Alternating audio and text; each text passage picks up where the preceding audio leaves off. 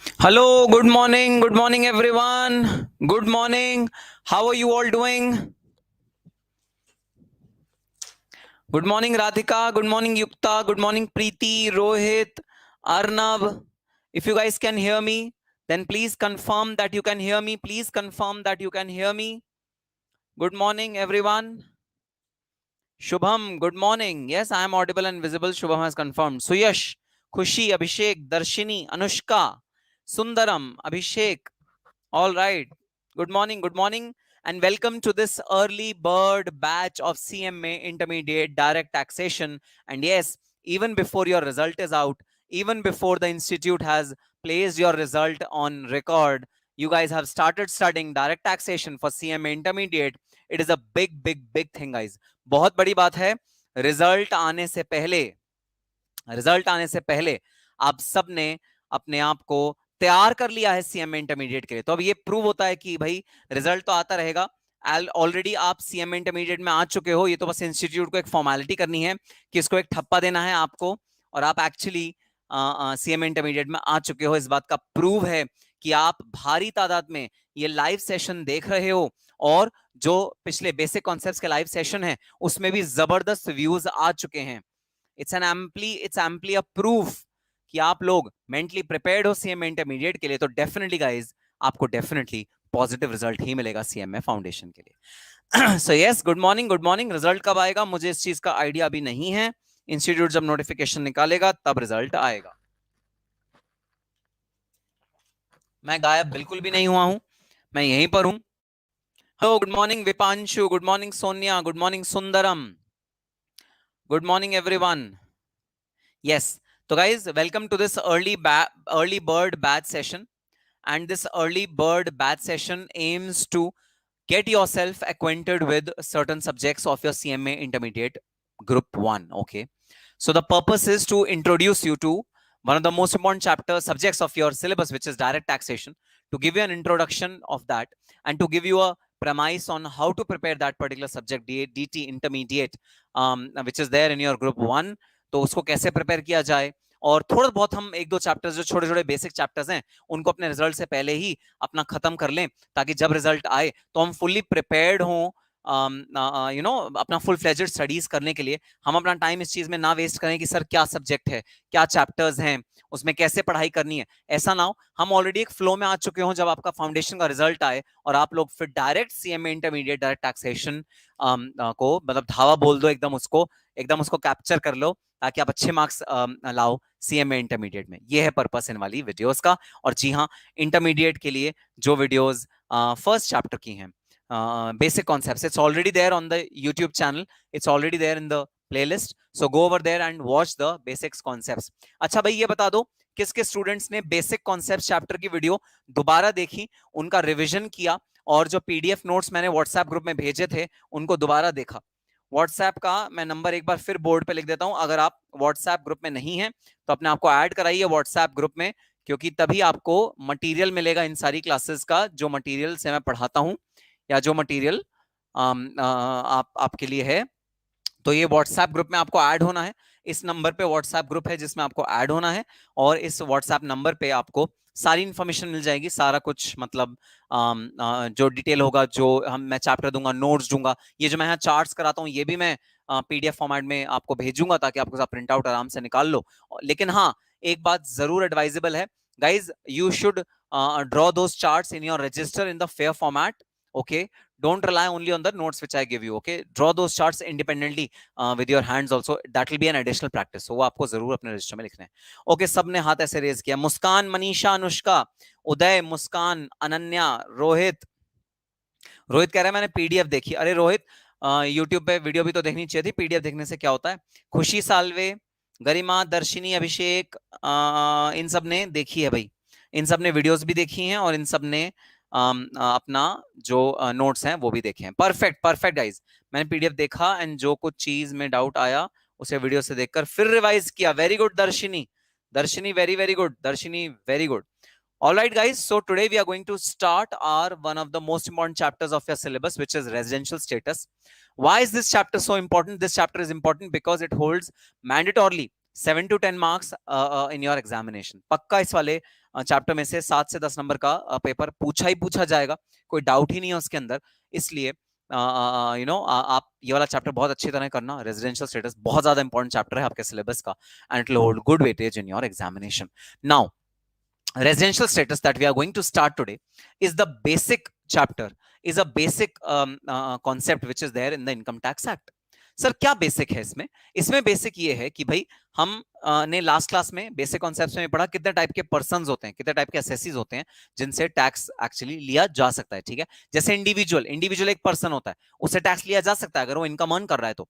अब सवाल ये उठता है कि जो इंडियन गवर्नमेंट है वो जो टैक्स लेगी वो क्या सिर्फ इंडिया के इंडिविजुअल से ले सकती है या वो पूरे वर्ल्ड के इंडिविजुअल से ले सकती है? सवाल ये उठता है। इंडिविजुअल ठीक है टैक्सेबल है, पर्सन होता है इंडिविजुअल टैक्सेबल है। सवाल ये है कि जो इंडियन गवर्नमेंट होगी वो टैक्स लेने का अधिकार किससे रखेगी? क्या वो एक ऐसा बंदा जो यूएस में बैठा है, जोसेफ, जो कभी इंडिया आया नहीं, जिसका इंडिया से कोई सरोकार नहीं है, जिसने इंडिया में कोई इनकम नहीं अर्न करी, क्या इंडियन गवर्नमेंट उससे भी टैक्स ले सकती है? तो इंडियन गवर्नमेंट के पास टैक्स रिकवर करने का जो अधिकार होता है वो किन इंडिविजुअल्स के लिए होता है, वो इस वाले चैप्टर में हम लोग पढ़ेंगे। तो मैं आपको पहले से बता रहा हूं बेसिक कॉन्सेप्ट क्या है। भाई इंडियन गवर्नमेंट के पास सिर्फ उन लोगों से, उन इंडिविजुअल से, उन कंपनी से, उन एचयूएफ से टैक्स लेने का अधिकार होता है जो रेजिडेंट होते हैं इंडिया के, जिनका रेजिडेंशियल स्टेटस है कि वो इंडियन है, जो रेजिडेंट है इंडिया के, उन्हीं से इंडियन गवर्नमेंट का टैक्स लेने का अधिकार है। ये रीजन है कि हम ये चैप्टर पढ़ते हैं रेजिडेंशियल स्टेटस। तो रेजिडेंट भाई प्राइमरी दो टाइप के, रेजिडेंट और नॉन रेजिडेंट। तो भाई नेचुरल सी बात है, जो बंदा इंडिया का रेजिडेंट होगा वो बंदे को इंडियन गवर्नमेंट के पास राइट है उस बंदे से टैक्स रिकवर करने का, और जो बंदा इंडिया का रेजिडेंट नहीं होगा उसके पास इंडियन गवर्नमेंट के पास राइट नहीं है उससे इनकम टैक्स रिकवर करने का।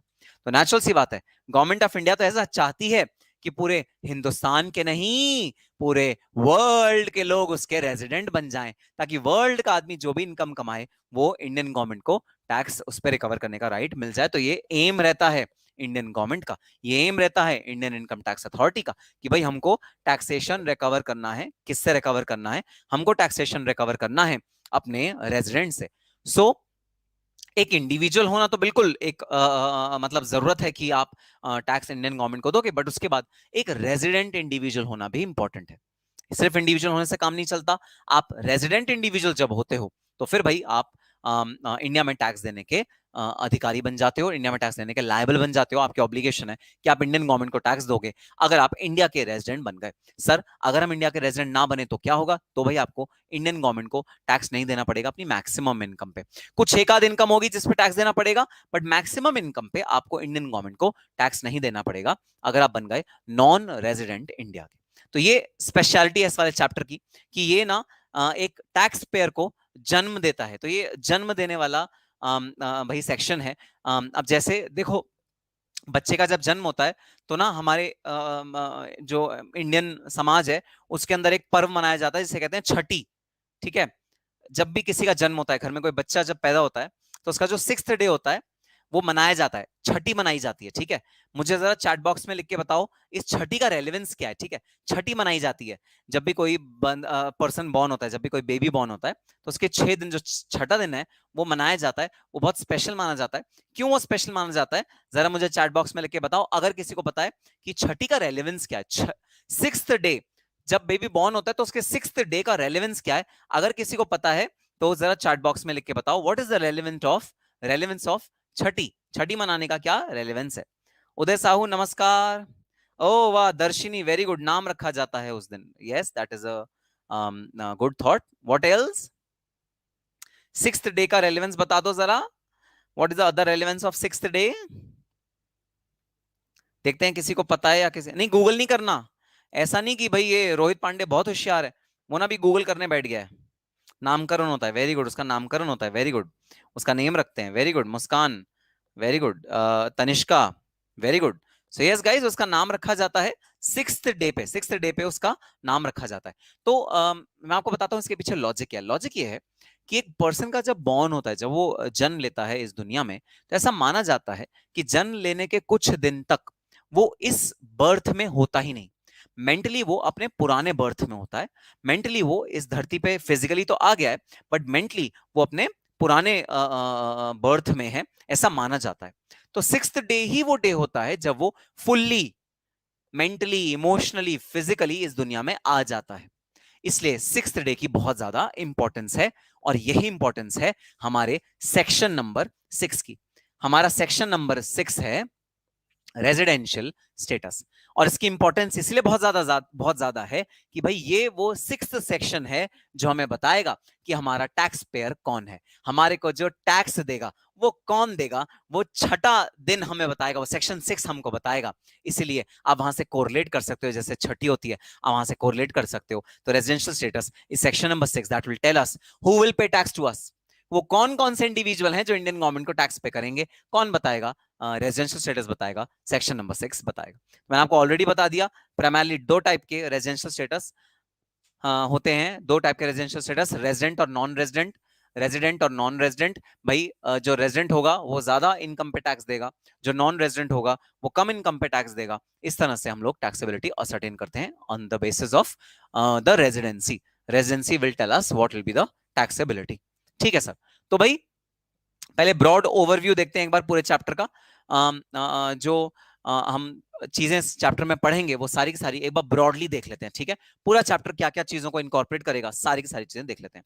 गरिमा Jain sir, that interview with Rajesh sir that you posted was awesome. Thank you Garima, very good. हाँ गाइज, एक इंटरव्यू है जो राजेश शाहवाल जो मेरे स्टूडेंट हैं उनके साथ मैंने पोस्ट किया है यूट्यूब चैनल पे, और माय अदर यूट्यूब चैनल जो मेरा दूसरा यूट्यूब चैनल है, आप निखिल गुप्ता नाम से सर्च करोगे उस यूट्यूब चैनल को, आपको वो चैनल मिल जाएगा। देखता हूं मैं अगर मैं आपको लिंक प्रोवाइड कर सकूं। वहां एक बहुत इंपॉर्टेंट मैंने इंटरव्यू अभी अभी लॉन्च किया है राजेश शाहवाल के साथ। वो इंटरव्यू आप सबको जरूर देखना चाहिए, वो इंटरव्यू बहुत ज्यादा अच्छा इंटरव्यू है, सीएम में स्टूडेंट्स के लिए बहुत ज्यादा रेलेवेंट इंटरव्यू है। आपको वाला इंटरव्यू जरूर देखना चाहिए। तो मैं देखता हूं अगर वो इंटरव्यू मेरे को मिल गया। यस, मेरे को इंटरव्यू मिल गया। मैं कमेंट बॉक्स में गाइज, मैं कमेंट बॉक्स में उसका लिंक भेज रहा हूं। अभी नहीं देखना, अभी नहीं खोल के देखना, अभी हम पढ़ाई कर रहे हैं, अभी मत देखने लग जाना। जब ये क्लास खत्म होगी तब आप वो वाला इंटरव्यू देखना। मैं जो कमेंट सेक्शन है उसके अंदर मैं लिंक भेज दिया मैंने, ठीक है? लिंक कॉपी कर लो, अपने पास रख लो। अभी नहीं देखेगा कोई, कोई बच्चा अभी नहीं देखेगा, सर मैं तो अभी देखूंगा, सर वो एक्साइटेड हूं, मैं तो एक्साइटमेंट हो रही है मुझे। अभी नहीं देखना, ये देखना है तब जब आप फ्री हो, जब आप क्लास के बाद फ्री हो जाओ, तब आपको ये इंटरव्यू देखना है। बहुत अच्छा इंटरव्यू है। राजेश शाहवाल ने बहुत सारी इंपॉर्टेंट चीजें बताई हैं, और कैसे उसकी जर्नी थी।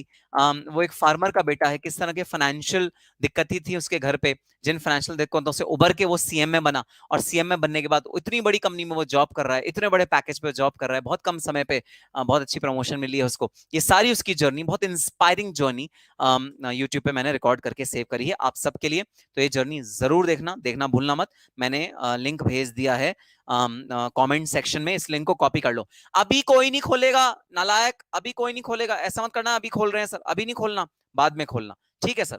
चलो आ जाओ वापस। तो सेक्शन है सेक्शन नंबर 6 विच इज छठी का सेक्शन। जो एक बच्चा पैदा होता है जब छठी को पैदा होता है, उसी तरह एक टैक्स पेयर कब पैदा होता है, एक टैक्स पेयर पैदा होता है सेक्शन 6। सेक्शन 6 में जो बंदा फॉल कर गया वो इंडिया का टैक्स पेयर बन जाता है। तो हम सबसे पहले पढ़ेंगे difference between citizenship and residency.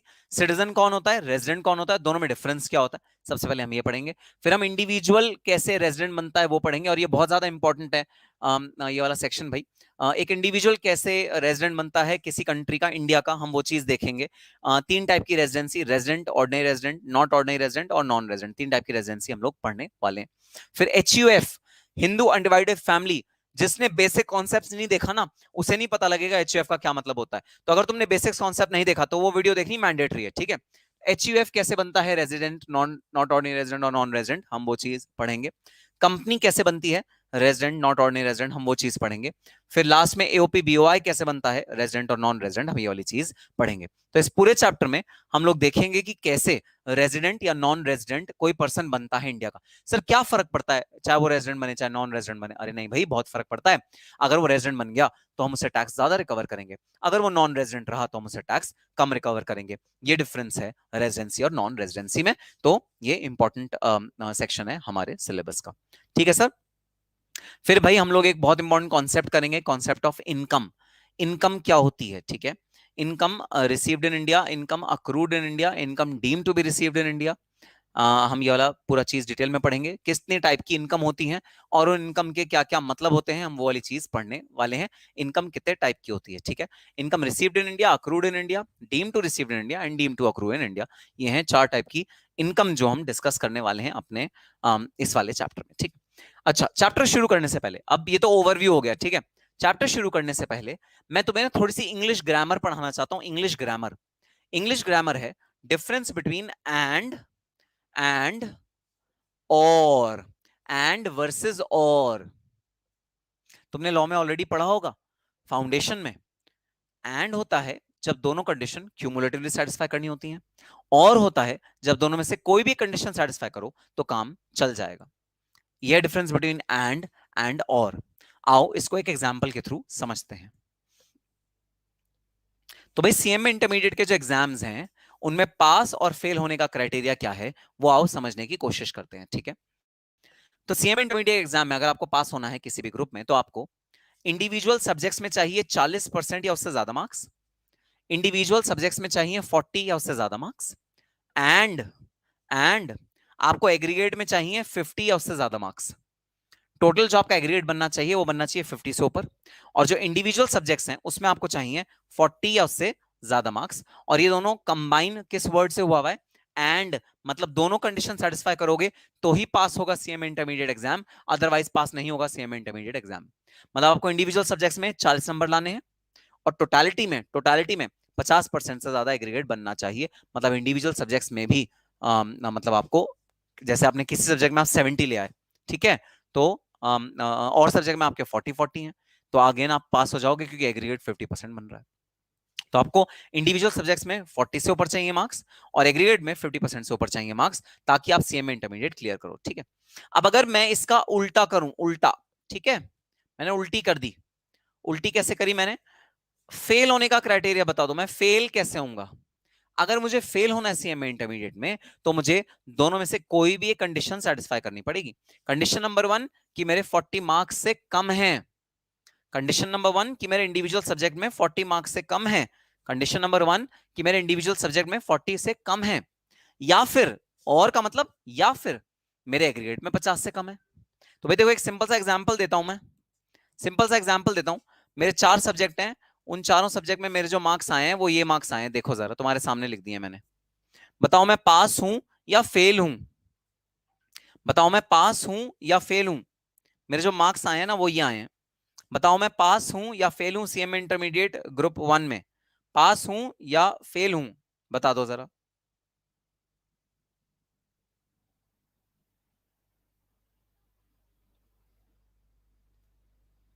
M I fail और पास? परफेक्ट परफेक्ट, सही आंसर, उदय सही कह रहा है।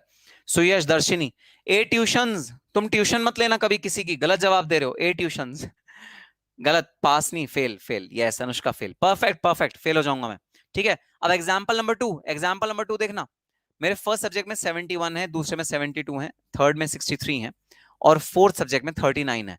मैं पास हूं या फेल हूं, मैं पास हूं या फेल हूं, बता दो जरा। सेकंड एग्जांपल में मैं पास हूं या फेल हूं, 71, 72, 63, 39। दर्शिनी ने एक्सप्लेनेशन भी दिया है, बहुत से एक्सप्लेनेशन दिया दर्शिनी ने, क्योंकि एग्रीगेट जो है 50% नहीं बना, इंडिविजुअल तो बन गया, एग्रीगेट नहीं बना। अगेन फेल, परफेक्ट आंसर, बिल्कुल सही जवाब है आप सबका। मैं इस केस में भी फेल हूं।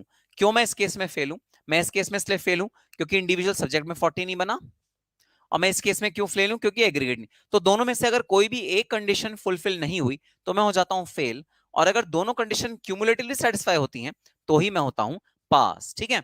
तो ये है डिफरेंस बिटवीन एंड और, दो वर्ड्स हैं इंग्लिश के, एंड और दोनों के बीच में ये डिफरेंस है। सर आप ये क्यों पढ़ा रहे हो, हमें इंग्लिश की क्लास थोड़ी लेनी है, हमें तो आपसे डायरेक्ट टैक्स की क्लास लेनी है। इंग्लिश तो ऑलरेडी हमारी बहुत बढ़िया है, फिर आप क्यों डायरेक्ट टैक्स में इंग्लिश घुसा रहे हो। भाई मैं डायरेक्ट टैक्स में इंग्लिश इसलिए घुसा रहा हूँ क्योंकि ये एंड और का जो डिफरेंस है वो मैं पूरे के पूरे रेजिडेंशियल स्टेटस चैप्टर में डिटेल में आपसे डिस्कस करने वाला हूँ। तब मेरे से ये मत पूछना सर कंफ्यूजन हो रहा है, कहाँ एंड लिखें कहाँ और लिखें, सर कुछ समझ नहीं आ रहा, इन दोनों के बीच में क्या डिफरेंस है। भाई तब ये बात मेरे से मत बोलना जब मैं रेजिडेंशियल स्टेटस में ये वाला एंड या और का डिफरेंस तुम्हें बताऊंगा, ठीक है। तो बता दो जरा चैट बॉक्स में, क्या एंड और का आपको डिफरेंस समझ में आया, एंड और का क्या आपको डिफरेंस समझ में आया, लिख दो यस या नो। एंड और का डिफरेंस समझ में आया? यस या नो।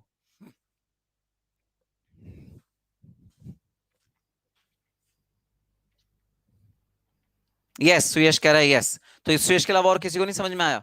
दर्शिनी कह रही है, शुभम कह रहा है, प्रीति, वाह वाह वाह, बहुत बढ़िया। चलो, अगर तुम्हें समझ में आ गया, अगर समझ में आ गया, तो मैं तुमको एक एग्जाम्पल दे रहा हूं। तुम उस एग्जाम्पल में मुझे बताना कि क्या होगा, एंड आएगा या और आएगा, ठीक है? मेरी मम्मी ने मुझे कहा आज खाने में क्या खाओगे? मैंने बोला रोटी बना दो, चपाती बना दो, वीट वीट की चपाती बना दो। तो मम्मी कहती है अरे चपाती क्या रूखी खाओगे, या पानी में डुबो डुबो के खाओगे, या चाय में डुबो डुबो के खाओगे? उसके साथ कोई सब्जी भी तो बननी चाहिए, उसके साथ कोई दाल भी तो बननी चाहिए, तो बताओ कौन सी दाल? मैंने कहा मुझे आप अरहर की दाल बना दो, ठीक है? तो मम्मी ने मुझसे मुझसे पूछा आज आप क्या खाओगे? मैंने कहा रोटी खाएंगे। मम्मी ने कहा वो रोटी तो अकेले नहीं खाई जा सकती, तो मैंने बोला अरहर की दाल बना दो, ठीक है? अब तुम लोगों को मुझे बताना है, ये जो पूरी सिचुएशन थी, इसके अंदर मैंने एंड यूज किया है या और यूज किया है? मैंने क्या यूज किया है इसके अंदर? एंड यूज किया है, मतलब रोटी एंड दाल, या रोटी और दाल? ठीक है, ये बता दो, रोटी एंड दाल या रोटी और दाल? वाह, बिल्कुल correct answer, very good, very good. Guys participate करो, पार्टिसिपेट करने से तुम्हारा अपना दिमाग खुलेगा, पार्टिसिपेट करो, एंड लगेगा। Perfect perfect perfect, very very good. अब सुनो, मेरी मम्मी एक दूसरी चीज पूछ रही है, सुनना, मेरी मम्मी दूसरी चीज पूछ रही है। मेरी मम्मी मेरे से पूछ रही है, अरे भाई बताओ आज तुम अरहर की दाल खाओगे या मसूर की दाल? काली मसूर भी बन सकती है, अरहर भी बन सकती है, ठीक है? अरहर भी है, अरहर की दाल भी है, काली मसूर भी है, तो बताओ आज तुम क्या खाओगे? मैंने चूज करके बोला आज मैं खाऊंगा मसूर की दाल। अब की बार बताओ, मैंने एंड यूज किया या और यूज किया? मैंने एंड यूज किया या और यूज किया? परफेक्ट परफेक्ट सुयश, परफेक्ट। तो जब भी आप दोनों में से एक चीज चूज करोगे तो और यूज होगा, जब आप दोनों चीजें साथ में चूज करोगे तो एंड यूज होगा। ये है रिजल्ट। टू वाले में और क्या यूज होगा मुझे नहीं समझ में। सेकंड वाले में और, हाँ हाँ ओम सही कह रहे हो, और का यूज होगा, बिल्कुल। वंशिका, तनिष्का, अरण्या, मधु, राधिका, बिल्कुल सही आंसर आप सबका, बिल्कुल सही आंसर। अनन्या फोटो कह रही है और, इतने सारे आर लगाने की क्या जरूरत है? ठीक है, परफेक्ट आंसर। मुझे समझ में आ गया कि आपको समझ में आ गया कि एंड और के बीच में डिफरेंस क्या है।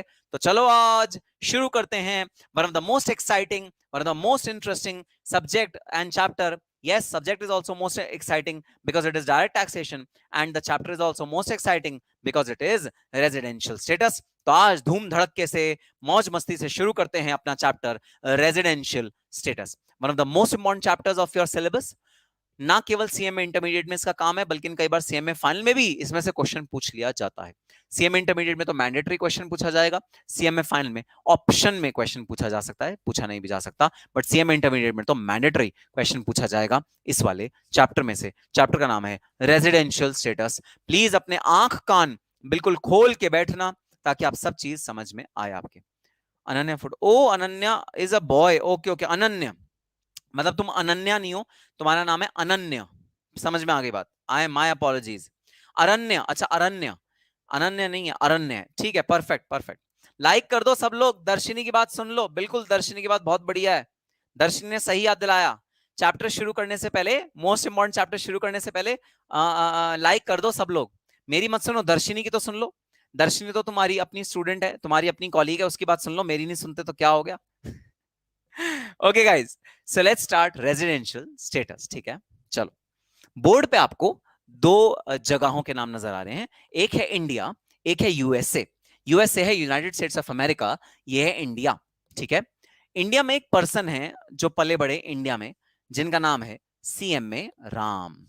तो सीएमए राम जो है वो इंडिया में पले बड़े, इन्होंने अपनी डिग्री सीएमए की ली, और इन्होंने अपना स्कूलिंग इंडिया से किया, इन्होंने अपना सारा घर उनका इंडिया में था, पेरेंट्स इंडिया में थे, ग्रैंड पेरेंट्स इंडिया में थे, सब कुछ इंडिया, इनका इंडिया में, इनका जो कॉलेज था वो भी इंडिया में था। फिर ये सीएमए इंस्टीट्यूट गए, फिर ये सारे अच्छे अच्छे बेस्ट बेस्ट फैकल्टी के साथ इन्होंने पढ़ाया। सर डीटी में न्यू सिलेबस बेस्ट होगा या ओल्ड बता दीजिएगा, वीडियो बना के न्यू सिलेबस। हाँ ठीक है, एक बार न्यू सिलेबस आने दो, फिर मैं उस पर डिटेल में वीडियो बना दूंगा, ठीक है? सो मिस्टर राम इंडिया में पले बड़े, he is born in India, he is brought up in India, he got his schooling from India, he got his college from India, everything was in India of Mr. Ram. He was born and raised in India. He had nothing to do with the United States of America ever in his life. So Mr. Ram is a pure citizen of India. अच्छा, citizen कैसे बनते हैं किसी country के? Citizen बनते हैं जब आप उस कंट्री में बॉर्न होते हो, बाय बर्थ आप सिटीजन बनते हो। आपका आधार कार्ड अगर आपके पास है तो आप इंडिया के सिटीजन हो, ठीक है। अगर आपका राशन कार्ड आपके पास है तो आप इंडिया के सिटीजन हो। अगर आपका इंडियन पासपोर्ट है तो आप इंडिया के सिटीजन हो, ठीक है। सिटीजन होने से क्या बेनिफिट मिलता है भाई? वोटिंग राइट मिलता है सिटीजन होने से। आपको वोटिंग राइट मिलेगा, आप वोट करने का अधिकार इंडिया में रखोगे अगर आप इंडिया के सिटीजन बन गए तो सिटीजन बनने से क्या बेनिफिट? आपको वोटिंग राइट मिल जाता है अगर आप इंडिया के सिटीजन हो तो। So this is the benefit of being a citizen of a country.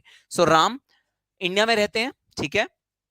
India में वो पले बड़े, उन्होंने कॉलेज इंडिया में किया, उन्होंने सीएमए की पढ़ाई इंडिया में करी, उन्होंने ऑनलाइन कोचिंग ली, डीटी की कोचिंग उन्होंने मेरे से ली थी, मेरे से डीटी पढ़ा था उन्होंने, तो वो सीएमए बन गए। अब जब उन्होंने सीएमए बन गए तब उनको एक जॉब लगी, जैसे राजेश शाहवाल, जो मेरी वीडियो का लिंक मैंने आपको फॉरवर्ड किया है, वो था ना, वैसे ही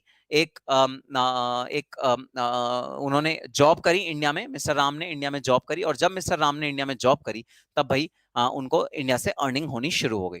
अब ऑब्वियसली जब मिस्टर राम ने इंडिया में जॉब करी और उनको अर्निंग होनी शुरू हो गई तो इंडियन इनकम टैक्स एक्ट उनके पास आया और मिस्टर राम से बोला, सुनो मिस्टर राम, जो तुम्हारी अर्निंग इंडिया में हुई है वो वाली अर्निंग तुम उस पर टैक्स पे कर दो इंडियन गवर्नमेंट को।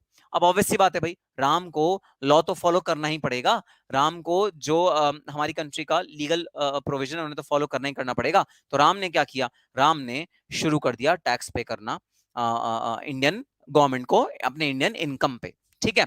अब सुनना जरा, जैसे इंडियन गवर्नमेंट को उन्होंने इंडिया में टैक्स पे करना शुरू किया, जो यूएसए की गवर्नमेंट है और जो यूएसए का इनकम टैक्स डिपार्टमेंट है, यूएसए के इनकम टैक्स डिपार्टमेंट का नाम होता है आईआरएस, इंटरनल रेवेन्यू सर्विसेज। जैसे इंडिया में इनकम टैक्स एक्ट होता है वैसे बाहर जो इनकम टैक्स अथॉरिटी है उसका नाम है आईआरएस, ठीक है। अब आईआरएस का मिस्टर राम को फोन आया, आईआरएस का जो यूएसए का इनकम टैक्स डिपार्टमेंट था उसका मिस्टर राम का फोन आया, मिस्टर राम को फोन आया और आईआरएस ने मिस्टर राम को बोला, सुनो मिस्टर राम, आपको इंडिया में टैक्स पे करना है, आपको इंडिया में टैक्स पे करना है, जो आपने सॉरी आपको यूएसए में टैक्स पे करना है। मिस्टर राम से बोला गया आपको यूएसए में टैक्स पे करना है। किसने बोला? आईआरएस ने बोला। तो मिस्टर राम को कहां टैक्स पे करना है? यूएसए में टैक्स पे करना है। मिस्टर राम को कॉल आ गया, मिस्टर राम एकदम परेशान हो गए, कंफ्यूज हो गए। क्यों कंफ्यूज हो गए? मिस्टर राम ने बोला कि भाई मैं इंडिया में भी टैक्स पे करूंगा, यूएसए में भी टैक्स पे करूंगा, क्योंकि आईआरएस ने मेरे को कॉल कर दिया, मैं तो पागल हो जाऊंगा, मैं तो पागल हो जाऊंगा, क्या होगा? तो तुम बता दो भाई, तुम लोग बता दो, आईआरएस ने जो बात करी वो सही बात करी या गलत बात करी? क्या आईआरएस को कोई अधिकार है मिस्टर राम से टैक्स रिकवर करने का? बता दो चैट बॉक्स में, क्या उसने गलत बात करी कि सही बात करी? आईआरएस ने जो बात करी, गलत बात करी या सही बात करी? गंदी बात करी या अच्छी बात करी? गंदी बात है या अच्छी बात है मिस्टर आईआरएस की? आईआरएस ने जो मिस्टर राम को फोन किया, गंदी बात है, सही है या गलत है? सब कह रहे हैं wrong wrong wrong wrong, perfect perfect perfect. Sunny 999, मधु सिन्हा, युक्ता पुरी, अंकुर गलत। Very good answer guys, it is wrong. IRS phone नहीं कर सकता मिस्टर राम को टैक्स रिकवर करने के लिए भाई, आईआरएस पक्का से फोन नहीं कर सकता, आईआरएस अपने सिटीजन्स को कॉल कर सकता है। तो भाई सीधी सी बात, इनकम टैक्स अथॉरिटी को जब ये बात पता लगी कि राम को कॉल आया है आईआरएस का, इनकम टैक्स अथॉरिटी ने आईआरएस को फोन करके कायदे से धमका दिया, कायदे से डांट दिया कि तुम क्या कर रहे हो, तुम मेरे सिटीजन्स को, तुम मेरे पर्सन्स को क्यों फोन करके उनसे टैक्स रिकवर करने की बात कर रहे हो, गलत बात मत करो। धमका दिया, किसने धमकाया? इंडियन इनकम टैक्स ने धमकाया आईआरएस को। आईआरएस चुपचाप दुम दबा के अपने यूएसए में बैठ गया, आईआरएस चुपचाप दुम दबा के अपने यूएसए में बैठ गया, ठीक है। चलो अब बात करते हैं मिस्टर जोसेफ की। मिस्टर जोसेफ एक और इंडिविजुअल हैं जो कहां बॉर्न एंड रेज हुए, जो यूएसए में बॉर्न एंड रेज हुए। उन्होंने अपना स्कूलिंग कहां से करा? यूएसए से करा। उन्होंने अपना कॉलेज कहां से करा? यूएसए से करा। उन्होंने जो जॉब ली वो कहां ली? यूएसए में ली। वो रहते कहां हैं? यूएसए में है। उनकी फैमिली कहां है? यूएसए में है। उनका घर कहां है? यूएसए में है। उनकी सारी की सारी चीजें यूएसए में है। तो यूएस गवर्नमेंट ने मिस्टर जोसेफ को बोला, डियर मिस्टर जोसेफ, आप अपनी इनकम पे टैक्स पे कर दो। जोसेफ ने कहा ठीक है, मुझे बता दो कितना टैक्स बनेगा, मैं पे कर देता हूं, कोई टेंशन की बात नहीं है। अब क्या हुआ, मिस्टर जोसेफ के पास एक कॉल आया इंडियन इनकम टैक्स डिपार्टमेंट से। और इंडियन इनकम टैक्स डिपार्टमेंट ने मिस्टर जोसेफ को बोला, डियर मिस्टर जोसेफ, आपको इंडिया में टैक्स पे करना है। इंडियन गवर्नमेंट ने भी वही हरकत करी जो आईआरएस ने करी थी मिस्टर राम के साथ। बता दो, इंडियन गवर्नमेंट ने जो जोसेफ के साथ हरकत करी, गलत या सही? शुभम बढ़ा दिया, गाना गाने लगा, गंदी बात, गंदी गंदी गंदी गंदी गंदी बात, नालायक। गाना थोड़ी गाना है। ये भी गलत बात है। दर्शिनी कह रही है ये भी गलत बात है। सनी कह रहा है रॉन्ग, सुयश कह रहा है गलत। बस ये 4-5 बच्चे ही हैं क्या लाइव में? और कोई है नहीं क्या? और सब ऑन करके चलेगा लगता है। Anushka, Uday wrong, Muskan wrong, Khushi wrong, Ananya, Aranya Aranya wrong, very good. Madhu wrong, Manisha wrong, very good guys, wrong, बिल्कुल गलत बात है, बिल्कुल गलत बात है भाई। इनकम टैक्स डिपार्टमेंट कैसे फोन कर सकता है जोसेफ को? इनकम टैक्स डिपार्टमेंट कैसे किसी और कंट्री के पर्सन को फोन करके कह सकता है कि भाई आप हमारे को टैक्स पे करो? अरे भाई बता दो, जोसेफ के पास पासपोर्ट किस कंट्री का होगा? यूएसए का होगा। बता दो, जोसेफ कहाँ पला बड़ा? यूएसए में। बता दो, जोसेफ की स्कूलिंग कहाँ हुई? यूएसए में। बता दो, जोसेफ के पास वोटिंग राइट कहाँ का है? वोटिंग राइट, वो वोट देगा तो कहां देगा? यूएसए में। बता दो, जोसेफ का राशन कार्ड कहां का बना होगा? यूएसए का। बता दो, जोसेफ का आधार कार्ड, अगर आधार कार्ड टाइप की चीज कोई हुई यूएसए में, तो जोसेफ का आधार कार्ड कहां बना होगा? यूएसए में। जब सारी चीजें जोसेफ की यूएसए में है, यहां तक कि वो इनकम भी अर्न यूएसए से कर रहा है, फिर जोसेफ इंडियन गवर्नमेंट को टैक्स पे ऑब्वियसली नहीं करेगा। गलत बात इंडियन गवर्नमेंट की कि वो जोसेफ को कॉल भी कर रहे हैं, बिल्कुल गलत बात। ऐसा बिल्कुल गलत है, इसका बिल्कुल भी सही चीज नहीं है। ठीक है सर, बात समझ में आ गई। अब मैं चीजों को थोड़ा सा उलट पलट कर रहा हूं और तुम्हें चीजों को दोबारा एनालाइज करके मुझे बताना है कि गलत बात या सही बात। मैं चीजों को थोड़ा सा अलट पलट रहा हूं, ऊपर नीचे कर रहा हूं, और तुमको बताना है कि गलत बात या सही बात। अलट पलट करने के बाद तुम्हारा क्या जवाब होगा तुम्हें मुझे बताना है, ठीक है? हाँ जी, हाँ जी, रहेगा, यूट्यूब पे रहेगा। रोहित पांडे नालायक, अभी ऑनलाइन रहने में क्या दिक्कत है? बाद में रहेगा, बाद में दोबारा देख लेना, अभी तो ऑनलाइन रहो कम से कम। ओके ओके ओके, चलो अब मैं इस पूरी सिचुएशन को उलट पलट कर रहा हूं, प्लीज बताना तुम्हारे हिसाब से क्या सही होगा, ठीक है? सिचुएशन सुनना। राम इंडिया का सिटीजन है, इंडिया में पला बड़ा, इंडिया से कॉलेज करा, इंडिया से स्कूल करा, इंडिया में वोटिंग पावर है, इंडिया का पासपोर्ट है, इंडिया का आधार कार्ड है, इंडिया का सिटीजन है, इंडिया में वोटिंग देता है, हर चीज इंडिया में ही करता है, इंडिया में खाना खाता है, इंडिया में इनकम अर्न करता है, इंडिया में जॉब करता है, इंडिया में रहता है, इंडिया में बिजनेस ओन करता है, इंडिया में घर है, इंडिया में बीवी बच्चे हैं, इंडिया में फैमिली है। सर ऐसा लग रहा है टेप रिकॉर्डर अटक गया हो और बार बार बाबा सेम कहानी कर रहा है। अच्छा चलो, जोक मार रहा हूँ, कोई कुछ नहीं, पुअर जोक था। तो राम की हर चीज इंडिया में। राम ने क्वालिफाई किया सीएम में, वो सीएम में फाइनल में रैंक होल्डर था। राम ने किया सीएम में क्वालिफाई, और सीएम में क्वालिफाई करने के बाद राम को कैंपस प्लेसमेंट के थ्रू एक कंपनी ने हायर किया, जिसने जो कंपनी थी यूएसए की। और राम की पोस्टिंग कहां हो गई? राम की पोस्टिंग हो गई United states of America. Ram की पोस्टिंग कहां हो गई? राम की पोस्टिंग हो गई United states of America. Ram कहां चला गया इनकम अर्न करने के लिए? United states of America. USA की किसी कंपनी ने राम को हायर कर लिया एज अ कॉस्टिंग मैनेजर। और अब क्या सिचुएशन है? सिचुएशन ये है कि राम पला बड़ा इंडिया में है, पासपोर्ट इंडिया का है, सिटीजन इंडिया का है, सब कुछ इंडिया का है, लेकिन जो अर्निंग हो रही है वो एक यूएस की कंपनी से हो रही है, वो यूएस की सरजमी पे हो रही है, वो यूएस के इंफ्रास्ट्रक्चर के थ्रू हो रही है, वो अर्निंग यूएस में हो रही है, वो अर्निंग इंडिया में नहीं हो रही। अरे सर, अगर वो अर्निंग इंडिया में नहीं हो रही तो भी क्या हो गया? तो भी क्या हो गया? अरे जोसेफ राम पला बड़ा तो इंडिया में ही है ना सर, राम पला बड़ा तो इंडिया में ही है ना। अब दिक्कत आ गई, दिक्कत। अब की बार जब अर्निंग हो रही है यूएसए में, कंपनी है यूएसए की, राम रहता है यूएसए में, राम का घर है यूएसए में, राम को सैलरी मिलती है बैंक अकाउंट यूएसए में, तब कहीं जाकर भाई आईआरएस ने राम को अप्रोच किया और बोला, सुनो राम, टैक्स दे दो यूएसए की गवर्नमेंट को। सुनो राम, टैक्स दे दो यूएसए की गवर्नमेंट को। ऐसा यूएसए के जो टैक्स डिपार्टमेंट है उसने बोला। जैसे ही यूएसए के टैक्स डिपार्टमेंट ने ये चीज बोली, अब तुम्हें मुझे चैट बॉक्स में बताना है गलत बात या सही बात। गलत बात या सही बात?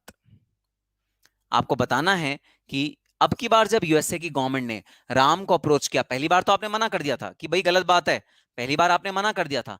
अब की बार जब मैंने अपनी सिचुएशन को चेंज कर दिया, जरा मुझे बताना कि सही बात है या गलत बात है कि अब की बार यूएसए की गवर्नमेंट राम को अप्रोच कर रही है कि भाई यूएसए में गवर्नमेंट दे दो। नालायक फ्यूचर सीएम में पंकज भी ऑनलाइन आ गया है। नालायक फ्यूचर सीएम में पंकज, तुम ग्रुप 1 दे चुके हो ना, ग्रुप 2 पे फोकस करो, ग्रुप 1 में मत आ जाओ। क्या सही बात है या गलत बात? अब देखो मिक्स लोग कह रहे हैं, कुछ लोग कह रहे हैं गलत बात, सुयश कह रहा है गलत बात, ए ट्यूशंस कह रहा है सही बात, शुभम भाटिया कह रहा है अर्निंग इज यूएस, पे टैक्स इन यूएस। वाह शुभम भाटिया, शुभम भराडिया, वेरी गुड जवाब, वेरी गुड आंसर। सही होगा क्योंकि दर्शनी कोई जवाब दे रही है, पता है दर्शनी कोई लॉजिक दे रही है। हाँ दर्शनी लॉजिक दो। सही बात, सही बात, सही बात, सही बात। दर्शनी, दर्शनी कह रही है सही बात। दर्शनी लॉजिक दो, दर्शनी लॉजिक लिख रही है कुछ। सौरभ पंचाल, सौरभ पंचाल जरा लॉजिक दो क्यों सही बात है। सौरभ पंचाल, यूएसए से इनकम करती, टैक्स भी।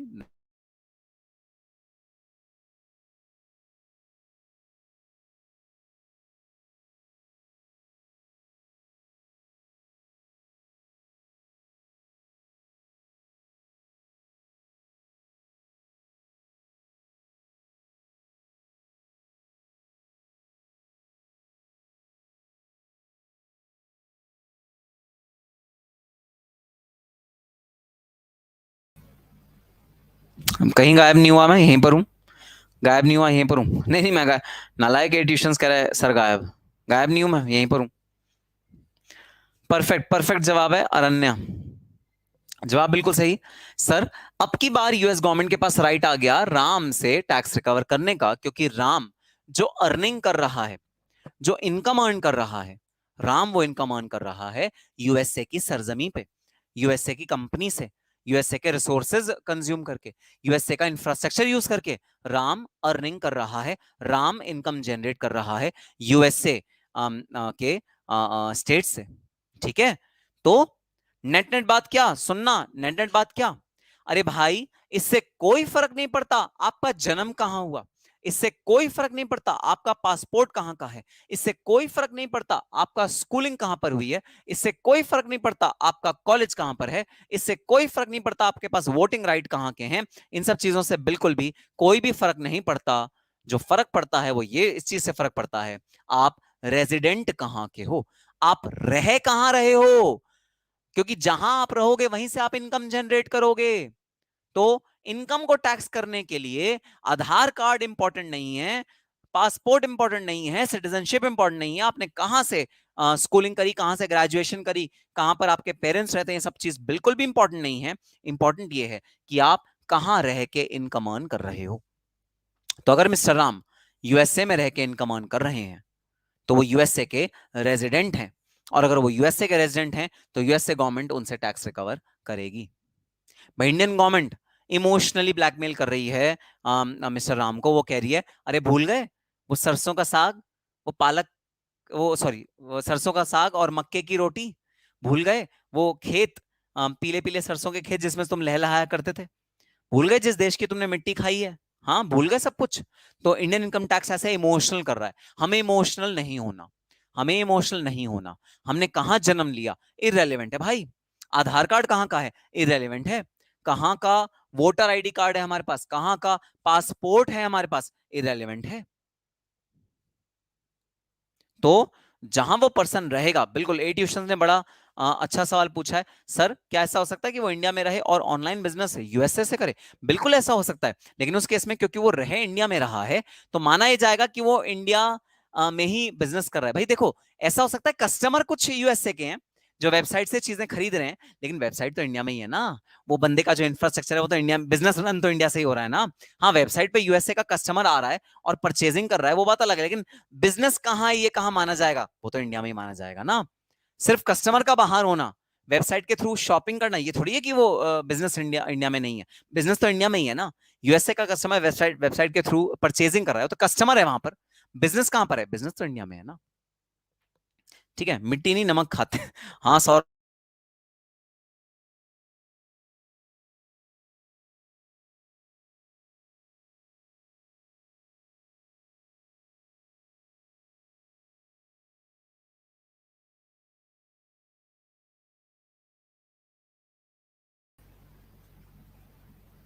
ओके ओके, कुछ टेक्निकल इश्यू आ रहा है शायद, थोड़ा सा कैमरा वाइब्रेट कर रहा है। ठीक है भाई, ठीक है। तो फिर देखो, जो मुद्दे की बात है वो ये है कि जो सिटीजन होते हैं, जरूरी नहीं है सिटीजन जो होगा वो ही टैक्स पे करेगा। अरे नहीं भाई नहीं, सिटीजनशिप हमारे लिए इररेलेवेंट हो जाती है। हमारे लिए क्या रेलेवेंट है? हमारे लिए रेजिडेंसी इंपॉर्टेंट है। तो जो रेजिडेंट होगा वो टैक्स पे करेगा, जो सिटीजन है ऐसा जरूरी नहीं है वो टैक्स पे करे। ठीक है, तो अब डिफरेंस क्या होता है रेजिडेंट और सिटीजन में, वो हम जान लेते हैं ताकि हमें पता लग जाए कि भाई रेजिडेंसी हमारे लिए इंपॉर्टेंट है, फिर हम कहेंगे हमारे लिए जो इंपॉर्टेंट चीज है वो है रेजिडेंसी। हमारे लिए सिटीजनशिप जो है वो इंपॉर्टेंट नहीं है, रेजिडेंसी इंपॉर्टेंट है। तो भले ही आप सिटीजन हो किसी भी कंट्री के, फर्क नहीं पड़ता। अरे टैक्स आप कौन सी कंट्री में दोगे? जहां के आप रेजिडेंट हो, जहां पर आप रह रहे हो, जहां पर आप बिजनेस कर रहे हो। सारे के बिजनेस इंडिया में और एक बिजनेस यूएसए में है, देन और ओनर सेम है। देन अरण्य एक बात बता दो, अगर कोई बंदा इंडिया में रह के बिजनेस अपना यूएसए का संभाल रहा है तो वो कैसे संभाल रहा है यूएसए वाला बिजनेस? कुछ घपला है ना इसमें। अगर आपका यूएसए में देखो, यूएसए में कस्टमर तो हो सकता है, लेकिन ऐसा नहीं हो सकता आपका इंडिया में बिजनेस है यूएसए में बिजनेस है। अगर यूएसए में बिजनेस है तो फिर वो बहुत छोटे लेवल पे है, तभी आप वहां जा नहीं रहे। तो जो आप जिस जगह हो, आप जिस जगह सिचुएटेड हो, हम उस जगह आपको रेजिडेंट मानेंगे, दो जगह आपको रेजिडेंट नहीं मानेंगे, इंडिया का रेजिडेंट मानेंगे आपको। यस, ठीक है, okay. So difference between residency and citizenship. Citizen कौन होता है? सिटीजन वो होता है जो बाय बर्थ किसी कंट्री में जन्म लेता है, उसे बोलते हैं सिटीजनशिप। और एक और होता है by the process of naturalisation. Naturalisation मतलब अगर आप इंडियन हो, ठीक है, और सपोज मैंने शादी कर ली एक रशियन लड़की से, ठीक है, तो मेरे को रशिया की सिटीजनशिप सिटीजनशिप मिल जाएगी। मैंने शादी कर ली किसी यूएसए की लड़की से, तो मुझको ना यूएसए की सिटीजनशिप मिल जाएगी, जिसको बोला जाता है ग्रीन कार्ड। ठीक है, तो या तो आप बाय बर्थ किसी जगह के रेजिडेंट हो, बाय बर्थ आप किसी जगह के रेजिडेंट हो, या फिर आप बाय नेचुरलाइजेशन। नेचुरलाइजेशन मतलब आपने जन्म तो नहीं लिया उस कंट्री में, लेकिन आपने वो प्रोसीजर किया जो उस जगह की सिटीजनशिप लेने के लिए जरूरी है, और तब आप सिटीजन बन गए उस वाली जगह के। तो उसे कहते हैं by process of naturalisation you become a citizen, और by birth you become a citizen. ठीक है, सिटीजन को क्या राइट मिलता है? पासपोर्ट होल्ड करने का राइट मिलता है। वो उस कंट्री में कभी भी आ सकता है, कभी भी जा सकता है। नो रिस्ट्रिक्शन ऑन एंट्री और एग्जिट, मतलब उसे हमेशा वीजा अप्लाई नहीं करना पड़ेगा। जैसे मैं हूं इंडियन हूं, ठीक है, मुझे इंडिया में आने के लिए ना कभी वीजा नहीं अप्लाई करना पड़ेगा, कभी यहां से जाने के लिए इंडियन गवर्नमेंट को बताना नहीं पड़ेगा, क्योंकि मेरे पास पासपोर्ट है। लेकिन अगर यूएसए का बंदा इंडिया आ रहा होगा ना, तो उसे वीजा चाहिए। वो अप्लाई करेगा इंडियन गवर्नमेंट को, मैं इंडिया आना चाहता हूँ, क्या पर्पस है? ये पर्पस है भाई, इस तरह से आपको वीजा मिलता है। सर क्या एक साथ दो सिटीजनशिप नहीं मिल सकते क्या? हाँ दर्शिनी, एक साथ दो सिटीजनशिप बिल्कुल मिल सकते हैं, दो कंट्री के आप सिटीजन हो सकते हो एक टाइम पे, वो चीज हो सकती है। लेकिन हम यहाँ पर क्या पढ़ रहे हैं? हम ये पढ़ रहे हैं कि सिटीजनशिप ना इररेलेवेंट है, बेकार की चीज है सिटीजनशिप। सिटीजनशिप के बेसिस पे आप टैक्सेबिलिटी नहीं असरटेन कर सकते। टैक्सेबिलिटी असरटेन होती है रेजिडेंशियल स्टेटस के बेसिस पे। ठीक है sir, so no entry on, no restriction on entry and exit. Entry and exit पे कोई रिस्ट्रिक्शन नहीं होती सिटीजन के लिए। वोटिंग पावर मिलती है सिटीजन को, और सेम रहता है फॉर ऑल द इयर्स। तो सिटीजनशिप यूजुअली ऐसा नहीं होता कि एक साल के लिए दूसरी हो, अगले साल के लिए दूसरी हो, ये ऑलमोस्ट ऑलमोस्ट सेम रहती है for all the years. And जैसा कि दर्शन ने बोला, एक साल दो कंट्री, एक साथ दो कंट्री की भी सिटीजनशिप मिल सकती है।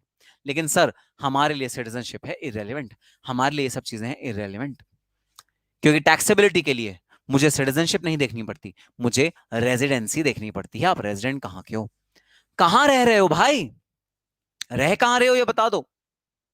क्योंकि जहां रह रहे हो, मैं ये मानता हूं कि इनकम भी वहीं अर्न कर रहे हो, ठीक है।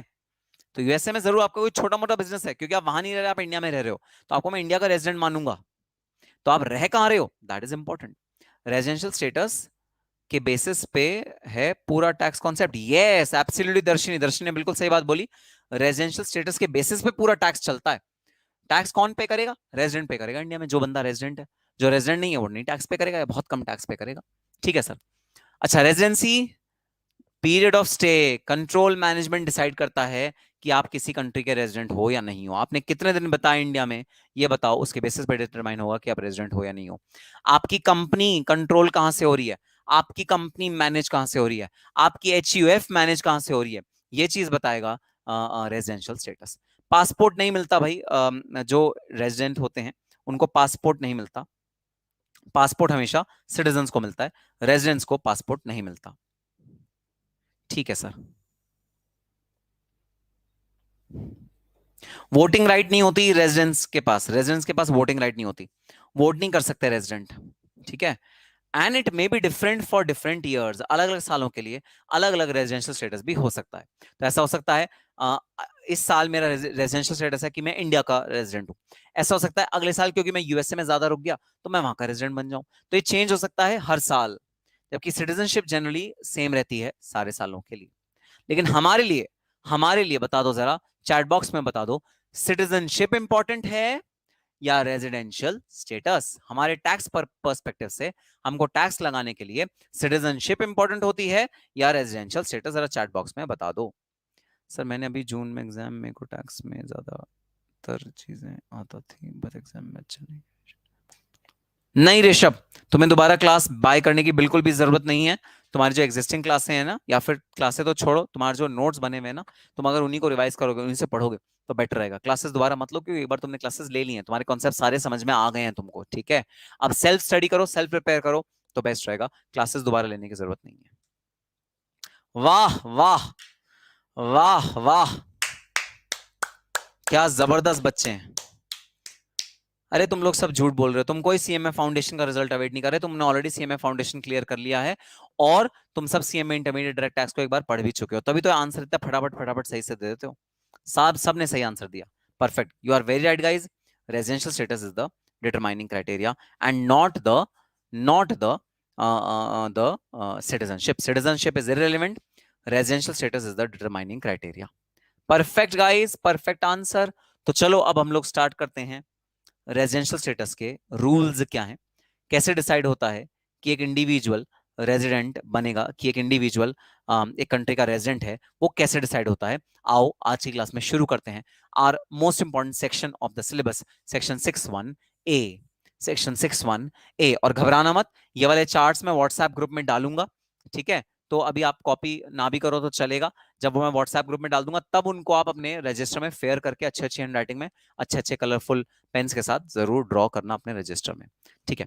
सर आप पढ़ते ही इतना अच्छा हो, बच्चों को तो आएगा। वाह, दर्शनी मक्खन लगा रही है, पता नहीं क्यों दर्शनी मक्खन लगा रही है। ओके चलो, so guys let's start the criteria how to determine कोई बंदा कितने दिन इंडिया में रहे कि वो रेजिडेंट बन जाए इंडिया का। कैसे डिटरमाइन करते हैं रेजिडेंशियल स्टेटस इंडिया में होने का एक इंडिविजुअल का? आओ हम लोग स्टार्ट करते हैं। रेजिडेंसी ऑफ इंडिविजुअल, एक इंडिविजुअल की रेजिडेंसी कैसे डिसाइड होती है? चाहे वो कहीं का भी सिटीजन हो, पूरे वर्ल्ड में चाहे वो कहीं का भी सिटीजन हो, बट अगर इंडिया में वो कुछ दिन रह गया, period of stay is the relevant criteria, अगर वो कुछ दिन इंडिया में रह गया तो हम उसे रेजिडेंट बोल देंगे इंडिया का, और फिर उसकी इनकम को हम इंडिया में टैक्स कर लेंगे। मुझे फर्क नहीं पड़ता वो ऑस्ट्रेलिया का सिटीजन हो, यूएसए का सिटीजन हो, वो नेदरलैंड्स का सिटीजन हो, वो किसी भी कंट्री का सिटीजन हो, मुझे फर्क नहीं पड़ता। मुझे ये फर्क पड़ता है अगर वो इंडिया में रह गया, भाई कुछ समय के लिए अगर वो इंडिया में रह गया, अगर वो इंडिया में रह गया कुछ समय के लिए, वो बन जाएगा इंडिया का रेजिडेंट और इंडियन गवर्नमेंट के पास राइट आ जाएगा उस पर्सन को टैक्स करने का। मुझे ये बात पता है। तो सर आखिर वो कितने दिन है कि वो इंडिया में रहे तो वो इंडिया का रेजिडेंट बन जाता है? Guys, as per section 61A, which is the first base rule, this is the first base rule, section 61A is the first rule of determining the residency. ये रूल कहता है 182 दिन या उससे ज्यादा, मोर देन इक्वल टू, देखना sign क्या लगा हुआ है, साइन लगा हुआ है मोर देन इक्वल टू। अगर एक पर्सन 182 दिन या उससे ज्यादा इंडिया में रह गया आउट ऑफ 365 डेज, जो पूरे सारे साल में होते हैं ना डेज, अगर कोई पर्सन 182 दिन से ज्यादा इंडिया में रह गया तो वो वाला पर्सन बन गया इंडिया का रेजिडेंट। और अगर वो बन गया इंडिया का रेजिडेंट तो फिर भाई इंडियन गवर्नमेंट उस पर टैक्स लेने का अधिकार रख लेगी। तो 182 दिन कहा गया, 182 दिन कैसे आया? 182 दिन आया भाई 6 महीने से थोड़ा सा ज्यादा ले लिया, 6 महीना हो गया, 6 महीने से थोड़ा सा एक्सेस ले लिया। वैसे भी अगर आप 6 महीने कैलकुलेट करोगे ना, अप्रैल मई जून जुलाई अगस्त सितंबर, तो इसमें क्योंकि 31 के डेज हो जाएंगे, मई 31 का डे, फिर जुलाई 31 का डे है, अगस्त 31 का डे है, सितंबर नहीं है, तो ये सब मिला के भी आपका 182 डेज या उससे ज्यादा बन जाएगा। तो ऑलमोस्ट लॉ ने कहा भाई अगर तुम आधे साल से ज्यादा इंडिया में रह रहे हो, अगर तुम आधे साल से ज्यादा इंडिया में रह रहे हो, मतलब तुम इंडिया के रेजिडेंट हो, मतलब तुम काम इंडिया से कर रहे हो, मतलब तुम इंफ्रास्ट्रक्चर इंडिया का यूज कर रहे हो, सोर्सेज इंडिया का यूज कर रहे हो, सारा मैन पावर इंडिया का यूज कर रहे हो, रॉ मटेरियल इंडिया का यूज कर रहे हो, पक्का तुम इंडिया के रेजिडेंट हो।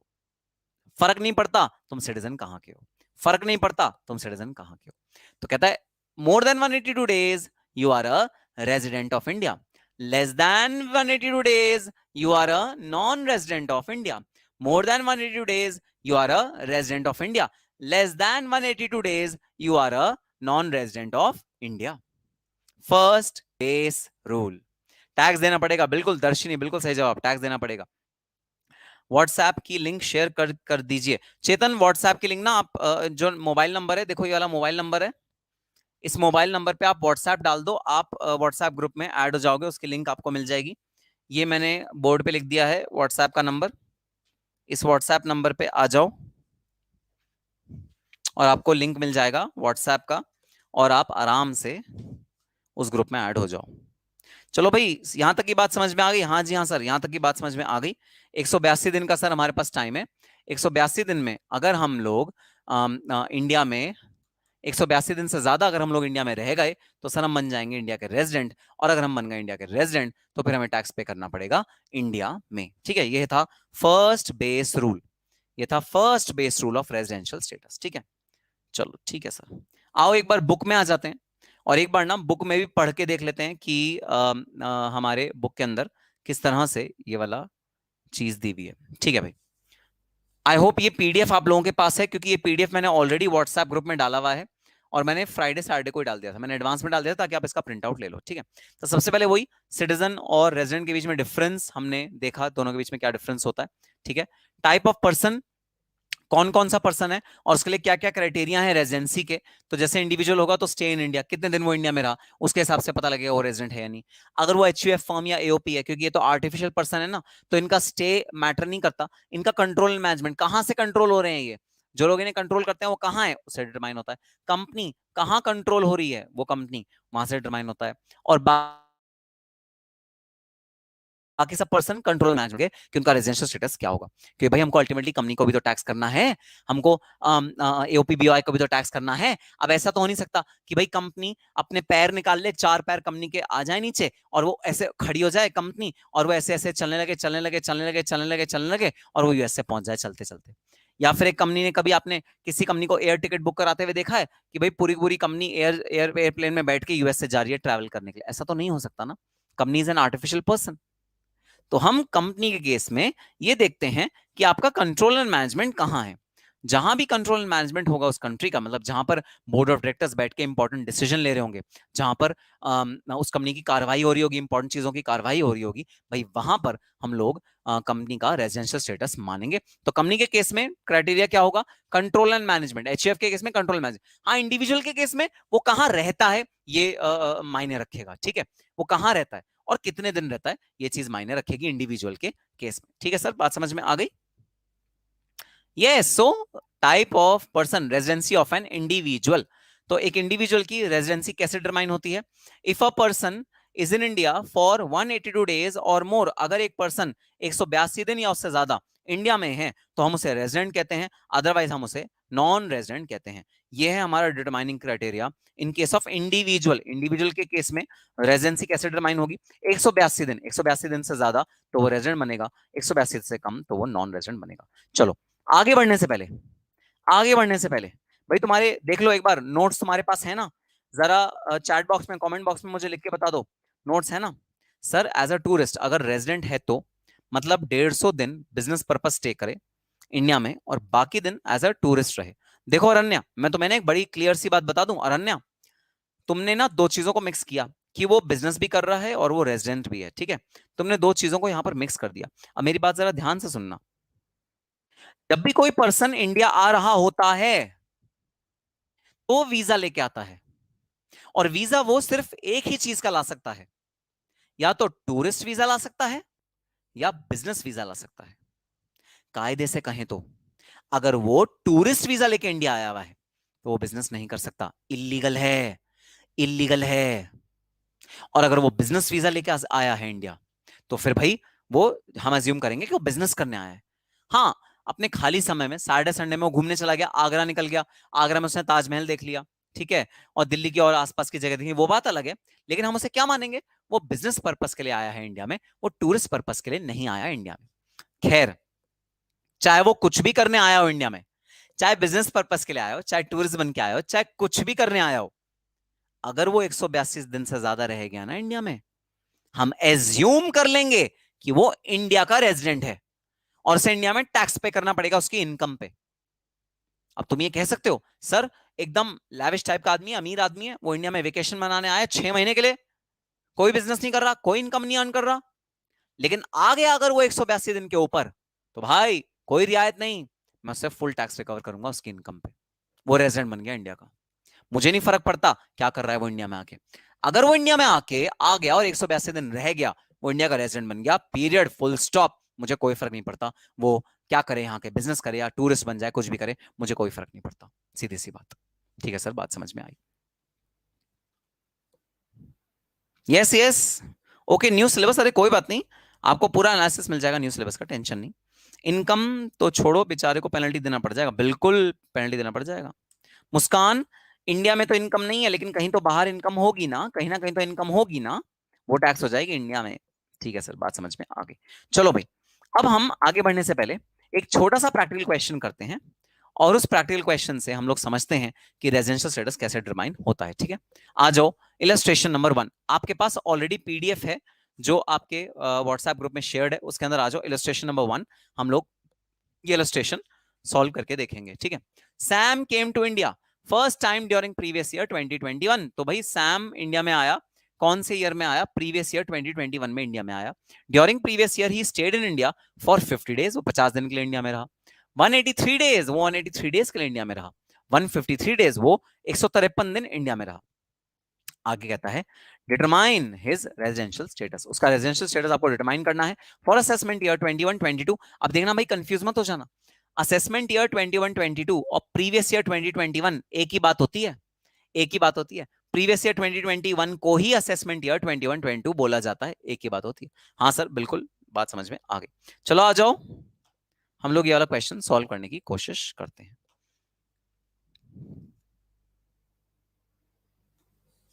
तो आज स्टार्ट करते हैं इलस्ट्रेशन नंबर 1। आज स्टार्ट करते हैं इलस्ट्रेशन नंबर 1।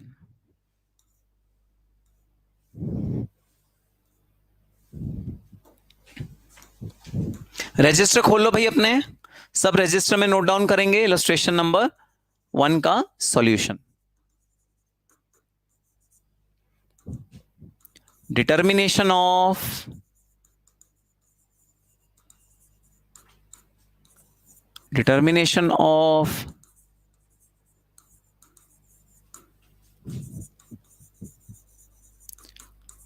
रेजिडेंशियल स्टेटस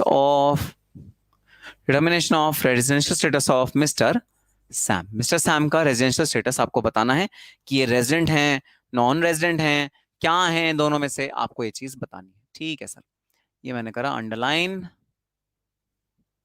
ठीक है, सबसे पहले है भाई case 1, he stayed in India. Register में नोट डाउन करना है भाई ये सारी चीजें। He stayed in India for 50 days, वो 50 दिन के लिए इंडिया में रहा। He stayed in India for 50 days, वो 50 दिन के लिए इंडिया में रहा। तो उसका रेजिडेंशियल स्टेटस क्या होगा, आपको ये चीज बतानी है। He stayed in India for 50 days. ठीक है, चैट बॉक्स में बता दो, चैट बॉक्स में बता दो रेजिडेंट या नॉन रेजिडेंट, चैट बॉक्स में बता दो रेजिडेंट या नॉन रेजिडेंट। इस चार्ट को ध्यान रखना, इस चार्ट को ध्यान रखना, जो चार्ट अभी अभी मैंने आपको दिखाया है। तो रेजिडेंट है या नॉन रेजिडेंट है, कैसे पता लगेगा सर? अगर 182 डेज से ज्यादा इंडिया में है तो रेजिडेंट बन जाएगा, 182 डेज से कम इंडिया में है तो नॉन रेजिडेंट बन जाएगा। ठीक है, तो बता दो जरा क्या है, रेजिडेंट है या non resident? Perfect, perfect answer, very good, very good, everyone saying non resident, very good, brilliant, brilliant answer, very good, all right. ठीक है, चलो आंसर लिखते हैं।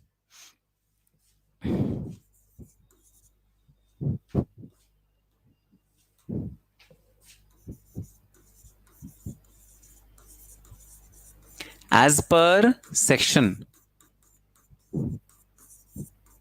61A of the Income Tax Act 1961,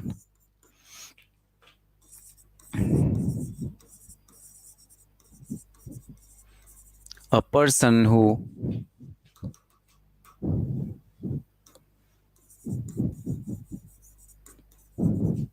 stays in India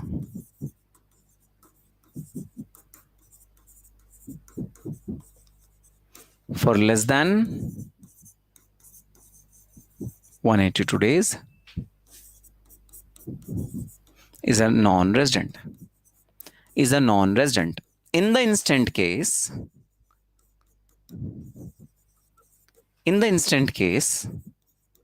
Mr. Sam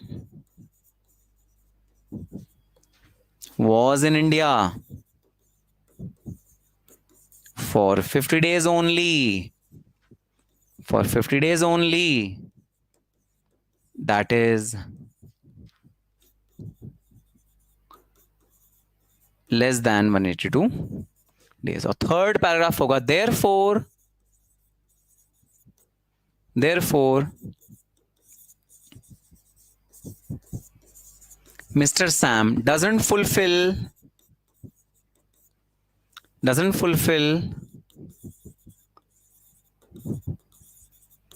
the condition of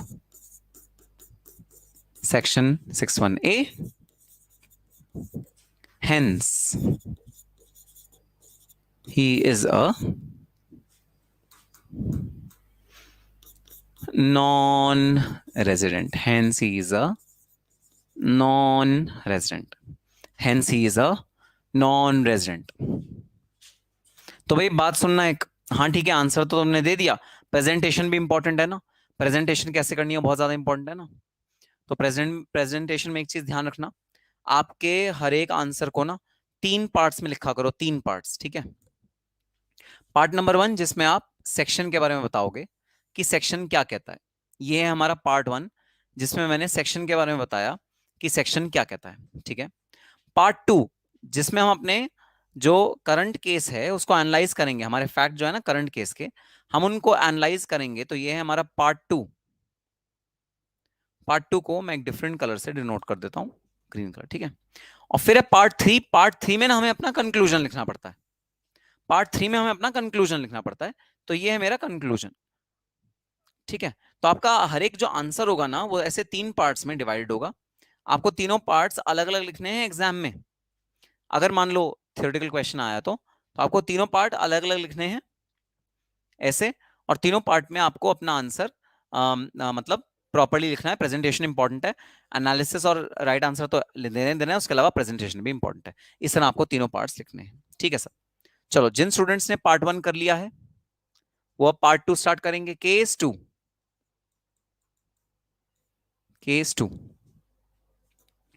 2 start करो, और वही भाई इसी तरह तीनों के तीनों ना तुमको इसी तरह बनाने हैं जैसे तीनों पैराग्राफ यहां पर हैं। तो एक बार इंडिपेंडेंटली बना के देखो तीनों, ठीक है। मेरे पास एक सुविधा है, मैं अपने ना पार्ट 1 को ही पार्ट 2 बना लेता हूं। सर ऐसा कैसे हो सकता है? देखो ऐसे हो सकता है कि मैंने अपने पार्ट 1 को ही ना पार्ट 2 बना दिया। देखो जरा, जादू जादू जादू जादू जादू जादू जादू जादू। तो भाई मैंने अपने पार्ट 1 को, केस 1 को ही केस 2 का भी आंसर बना लिया। अब मैं केस 1 से अपना केस 2 बना दूंगा, यहां पर सारे चेंजेस कर दूंगा, जो केस 2 में चेंजेस करने हैं ना वो मैं कर दूंगा। ये केस 2 है मेरा, ठीक है सर। दर्शनी करिए, सेक्शन कौन सा आएगा? 61 का ए ही रहेगा क्या? हाँ हाँ, ए रहेगा बिल्कुल, सेकंड केस में भी ए ही रहेगा, ठीक है। ही स्टेड इन इंडिया, दूसरा पार्ट क्या है? फॉर 50 डेज नहीं, 50 डेज नहीं, 183 days, 183 days. As per Section 61A of the Income Tax Act 1961, a person who stays in India for less than 182 days, अब इधर आ जाएगा, for more than 182 days is a resident, ठीक है। ये छोटा सा चेंज आएगा, is a resident, पूरा लिख दो resident, is a resident. In the instant case, Mr. Sam was in India for 183 days. Was in India for 183 days. Mister Sam India में है 183 डेज के लिए, ठीक है। हाँ, श्रद्धा कह रही है you are a magician.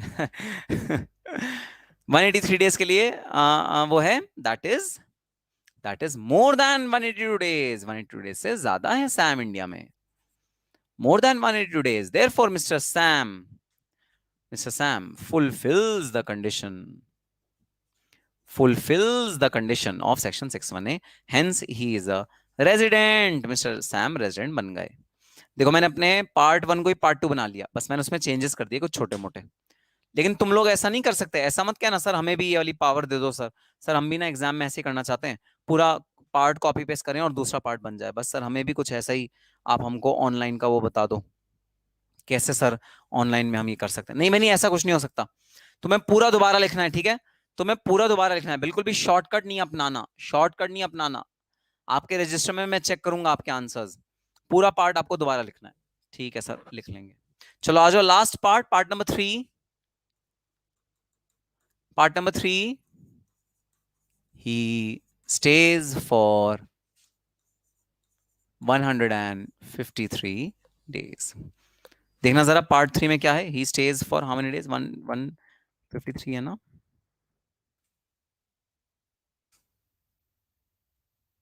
yes, 153 days।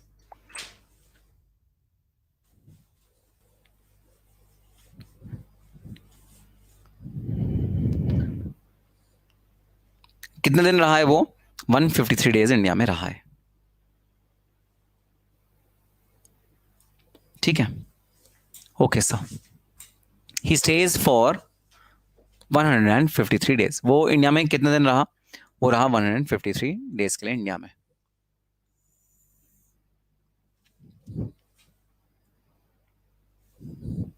सो यहां पर लिखो, as per section 6(1)(a),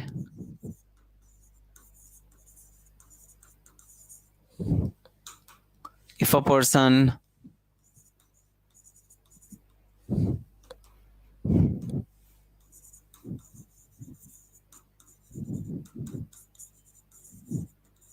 stays in India for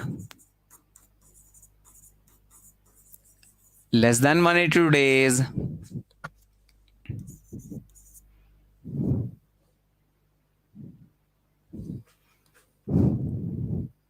he becomes a non-resident subject to provisions of section 6(1)(c)। ठीक है, अब देखो आप क्या बात लिख रहे हो, एक आप इंपॉर्टेंट बात लिख रहे हो भाई यहां पर कि अगर आप 153 डेज इंडिया में रहे हो, 153 डेज 182 से तो कम है ना? 153 डेज 182 से तो कम है ना? अगर आप 153 डेज इंडिया में रह रहे हो तो भाई आप पक्का नॉन रेजिडेंट बन जाते हो। लेकिन उस केस में आपको कुछ एडिशनल कंडीशंस भी देखनी पड़ती हैं, वो है 6(1)(c) की एडिशनल कंडीशंस। ठीक है, शुभम क्या पूछा है? सर अगर कोई इंडिया में 182 दिन है तो वो रेजिडेंट है या नॉन रेजिडेंट? अरे रेजिडेंट, क्योंकि देखो ना चार्ट में क्या लिखा है, चार्ट में देखो ना क्या लिखा है, चार्ट में आओ वापस, चार्ट में ध्यान से पढ़ो क्या लिखा है। लिखा है इक्वल टू और मोर देन। चार्ट में देखो क्या लिखा है, इक्वल टू और मोर देन। तो अगर वो एग्जैक्ट 182 डेज है तो वो रेजिडेंट बनता है हमेशा, रेजिडेंट। ठीक है सर,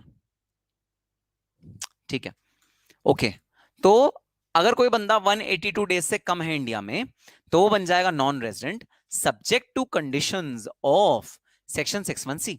तो भाई सेक्शन 6(1)(c) एक एडिशनल सेक्शन है जिसके कुछ कंडीशंस और हैं ये डिटरमाइन करने के लिए कि आप रेजिडेंट हो या नॉन रेजिडेंट हो। तो चलो इस आंसर को कंप्लीट करने से पहले हम लोग वापस अपने चार्ट में आ जाते हैं और 6(1)(c) सेक्शन 6(1)(c) हम लोग डिस्कस करते हैं। अब देखते हैं सेक्शन 6(1)(c) क्या कहता है। ठीक है सर, तो भाई 6(1)(a) बड़ी सीधी सी बात करता है। 6(1)(a) कहता है अगर आप 182 दिन से कम है इंडिया में तो आप नॉन रेजिडेंट बन जाएंगे, अगर आप 182 दिन से ज्यादा है इंडिया में तो आप रेजिडेंट बन जाएंगे। ये कहता है सेक्शन 6(1)(a). अब दोस्तों इंडियंस होते हैं जुगाड़ू एकदम, वो जुगाड़ लगाते हैं। लोगों ने 6(1)(a) का तोड़ निकाल लिया, लोगों ने 6(1)(a) का एक लूप होल निकाल लिया जिसको एक्सप्लॉइट करके 618 को मिसयूज करना शुरू कर दिया लोगों ने। कुछ टैक्स के चोरों ने, कुछ बेईमान मक्कार लोगों ने 618 का तोड़ निकाल लिया। 618 का उन्होंने एक एक्सेप्शन निकाल लिया। 618 का उन्होंने एक रास्ता निकाल लिया 618 को तोड़ने का। सर क्या था वो रास्ता? आओ देखते हैं क्या था वो रास्ता सेक्शन 618 को तोड़ने का। अब भाई मैं एक इंडिविजुअल हूं और मेरी जो अर्निंग है वो है 50,000 रुपीज पर मंथ। मतलब मैं साल का कितना कमाता हूं? मैं साल का कमाता हूं 6 लाख रुपए। मैं आज से पहले कभी इंडिया से बाहर नहीं गया। मैं कभी इंडिया से बाहर नहीं गया। गया भी होऊंगा तो मैं बस वेकेशन मना के वापस आ गया। मैंने कभी कोई बिजनेस इंडिया से बाहर नहीं किया। मैं कभी इंडिया से बाहर रहा नहीं। मैं 100% इंडिया का सिटीजन हूं। मैं 100% इंडिया का रेजिडेंट हूं। 100% मैं इंडिया का रेजिडेंट हूं। 6 लाख रुपए मेरी सैलरी है। 6 लाख पे 30%, 1,80,000 रुपए मैं गवर्नमेंट ऑफ इंडिया को हर साल टैक्स के रूप में भुगतान करता हूं अप्रोक्सीमेटली। ठीक है, 1,80,000 रुपए मैं साल में इंडियन गवर्नमेंट को भुगतान करता हूं। अब भाई एक बड़ा विचित्र साल आया मेरे जीवन में। वो साल था प्रीवियस ईयर 2022-23। इस साल में ना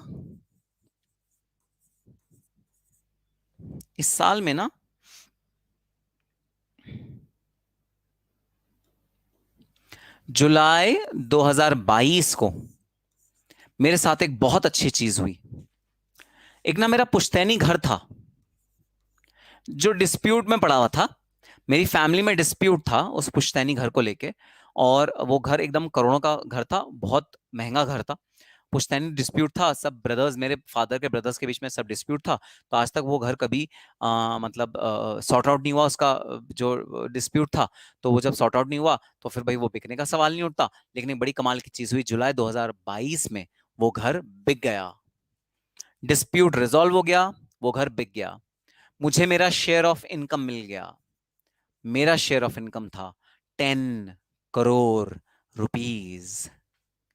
तो वो इतना बड़ा घर था कि वो उसको सेल करने से बहुत सारे पैसे आए।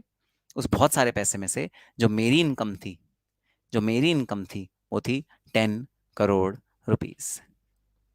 अब जैसे जुलाई 2023 में 10 करोड़ रुपीज आए, ऑब्वियसली जब घर बिक रहा होगा तो उसकी तैयारी तो भाई पहले से चल रही होगी ना। तो अप्रैल मई से उसकी तैयारी चल रही होगी। जुलाई में फाइनली वो बिका और मेरे पास कितने रुपए आए? 10 करोड़ रुपए।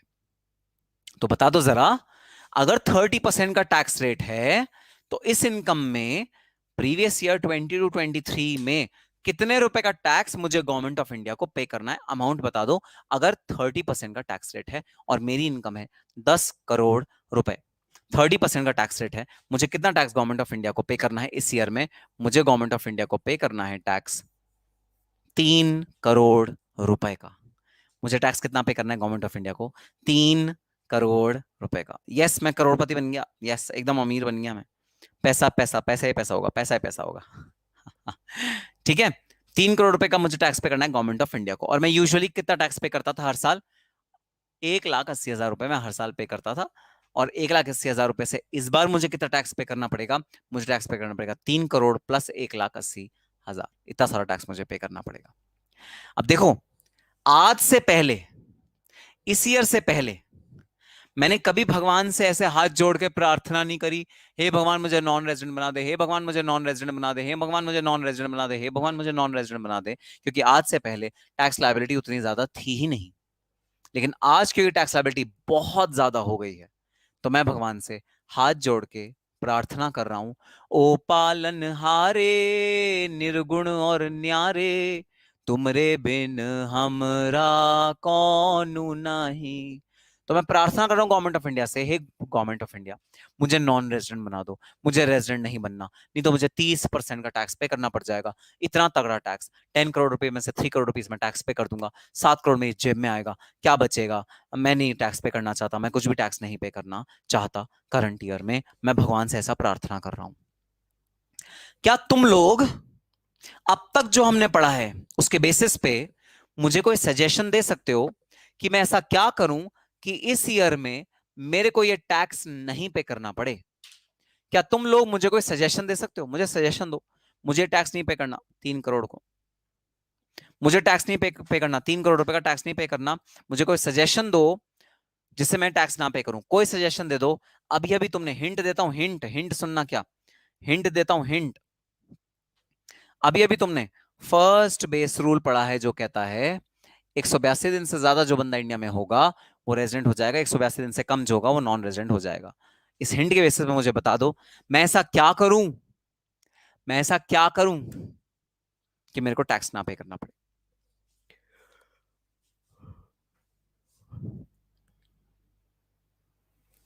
प्लीज चैट बॉक्स में बता दो। अरे वाह, वाह Shraddha Podar, very good. Aranya very good. Darshini very good. India से बाहर, सब मुझे बाहर भगाने में तुले हुए। मैं इतना गंदा पढ़ाता हूँ कि सर हम आपसे पढ़ना नहीं चाहते, आप बाहर भाग जाओ यहाँ से, कहीं चले जाओ आप इंडिया से बाहर। और कोई जवाब? 181 दिन ही रहे इंडिया में। वाह Khushi Salvi, very good, very good analysis Khushi Salvi का भाई।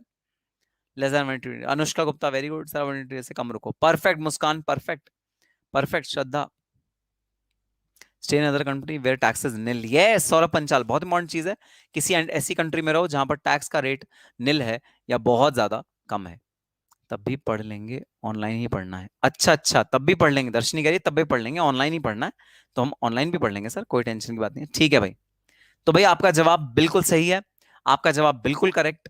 मैं क्या करूंगा, चाल देखना, जिस भी साल में मेरा इनकम ज्यादा होगा मैं उस साल में इंडिया से बाहर रह लूंगा।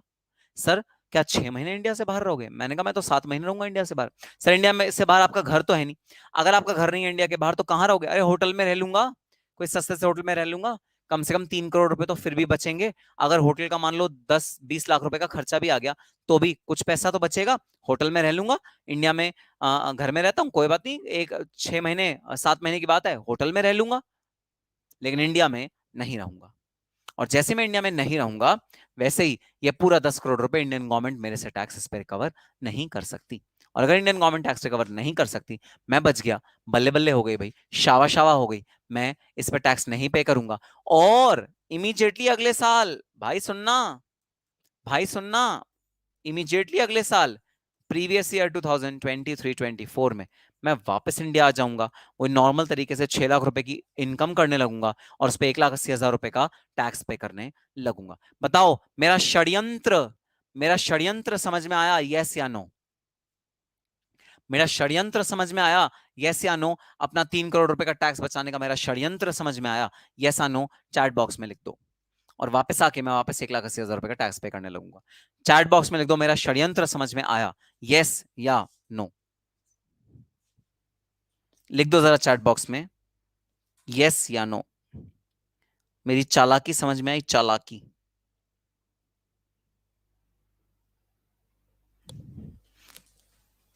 सब कह रहे हैं यस यस यस यस। पर सर दूसरी कंट्री में टैक्स लगेगा। हाँ खुशी, दूसरी कंट्री में लगेगा, मगर मैं जानबूझ के ऐसी कंट्री में जाऊंगा जहां टैक्स रेट बहुत बहुत बहुत कम हो और 30% ना हो। अरे भाई 5%, 6%, 10%, जितना बचा पाऊंगा बचा लूंगा ना, थोड़ा कम हो, इसलिए मैं दूसरी कंट्री में जाऊंगा। ठीक है, लगेगा, कम रेट पे लगेगा। Yes yes yes yes, perfect perfect perfect. India से बाहर 180 से कम रहे, परफेक्ट परफेक्ट। हाँ परफेक्ट गाइस, परफेक्ट। तो यस, ये टैक्स बचाने का बहुत सही तरीका है, मैं टैक्स बचा लूंगा। ठीक है, तो ये है लूप होल 61A में। जो भी पर्सन अगर कोई इनकम अर्न करता था एक साल में बहुत तगड़ी, वो इस तरह 61A को मतलब इसको रिफ्यूट कर देता था, इससे बच जाता था और रेजिडेंसी के रूल से बच जाता था 61A के तहत। इसका जुगाड़ किया गया 61C में, इसका जुगाड़ किया गया 61C में। 61C में ऐसा प्रोविजन डाला गया जिससे 61A का जो लूप होल है वो खत्म हो गया। तो 61A क्या कहता है? 61A कहता है करंट ईयर में आप जितना इंडिया में रहोगे उसके अकॉर्डिंग आपका रेजिडेंशियल स्टेटस डिसाइड होगा। 61C क्या कहता है? 61C कहता है कि करंट ईयर के साथ साथ आप पिछले के 4 सालों में भी इंडिया में कितने दिन रहे, ये रेलिवेंट होगा जानने के लिए कि आप रेजिडेंट हो या नॉन रेजिडेंट हो। तो भाई आप एक साल में तो गड़बड़ी कर सकते हो, आप एक साल में तो इंडिया से बाहर जाके रह सकते हो, बट क्या ऐसा हो सकता है कि आप 4 साल से इंडिया से बाहर रहो? ये मतलब क्या आपको सपना आ रहा है? क्या आपको किसी ज्योतिष ने बताया कि 2020 में आपके प्रॉपर्टी बिकने वाली है, 2022 में बिकने वाली है, 2017 में आपको पता लग गया इस वाली बात का और आप 2017 से इंडिया से बाहर रहने लगो? ऐसा पॉसिबल है क्या? Not possible. आपकी प्रॉपर्टी बिक रही है और उससे इनकम जनरेट हो रही है अगले 4 सालों में, ये आपको 4 साल पहले नहीं पता लगेगा, तो यहां पर आप लूप होल को कब नहीं कर सकते। क्योंकि इस वाले सेक्शन में 61C में हम लोग दो चीजें देखेंगे। नंबर 1, आप जो हमारा ईयर है उसमें कितने दिन इंडिया में रहे। नंबर 2, आप पिछले के 4 सालों में कितने दिन इंडिया में रहे। हम दोनों चीजें देखेंगे ताकि आप ये षड्यंत्र ना रख पाओ, ताकि आप ये चोरी ना कर पाओ, ताकि आप जानबूझ के इंडिया से बाहर ना भाग जाओ अपना टैक्स बचाने के लिए। को रोक भी सकती है इंडियन गवर्नमेंट कि आपने टैक्स नहीं दिया तो नहीं जा सकते। तो दर्शिनी, वो तो देखो टैक्स देना बनता ही नहीं, तो मैं दूंगा ही क्यों। अगर मैं रेजिडेंट नहीं हूं, अगर लेस देन 182 डेज गवर्नमेंट कह रही है आप नॉन रेजिडेंट बन जाते हो, अगर मैं रेजिडेंट हुई नहीं तो फिर तो मैं टैक्स दूंगा ही नहीं ना, तो बात ही खत्म, टैक्स दूंगा ही नहीं मैं अगर मैं रेजिडेंट हुई नहीं। तो अब देखो सेक्शन 61C कहता है, सेक्शन 61C कहता है आप 182 डेज से कम इंडिया में थे करंट ईयर में, ठीक है, लेकिन 60 डेज से तो ज्यादा थे ना, 60 से तो ज्यादा थे ना। एंड का मतलब दोनों कंडीशन सेटिस्फाई होंगी। तो बताना ये जो एंड लगे दो चीजें सेटिस्फाई हुई हैं, ये दाल रोटी है या दाल दाल है। ये दाल रोटी है, ये दाल रोटी है या दाल दाल है। मेरे एग्जाम्पल में, मेरे एग्जाम्पल याद करो, दाल दाल या दाल रोटी, दाल दाल या दाल रोटी, ये दोनों जो हैं, ये दोनों जो हैं, ये दाल दाल है या दाल रोटी हैं। एंड लगा हुआ है ना बीच में।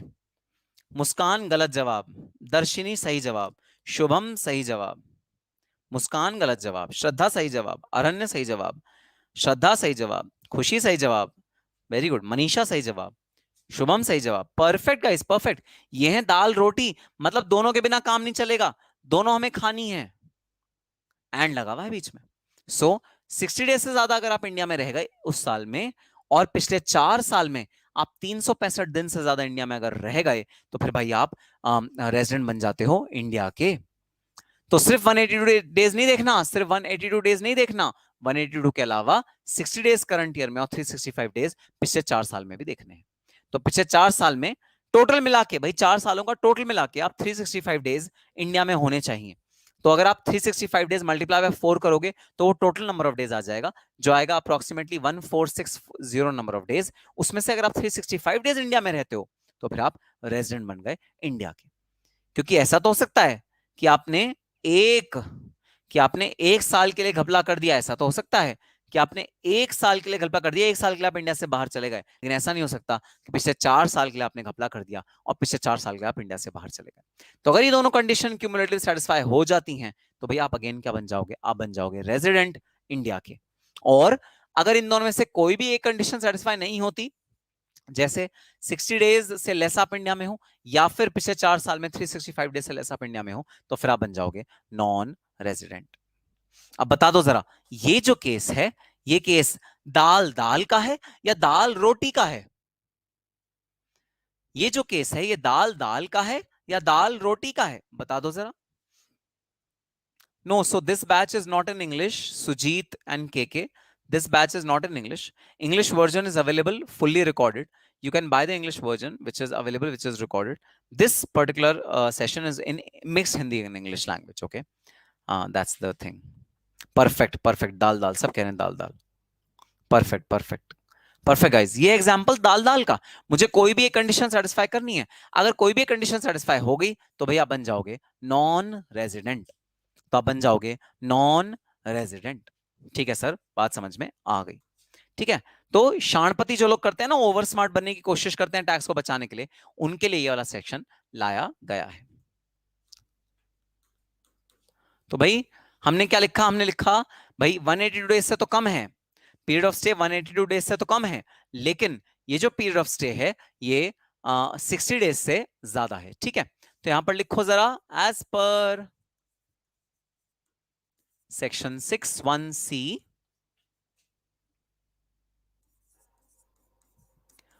both the following conditions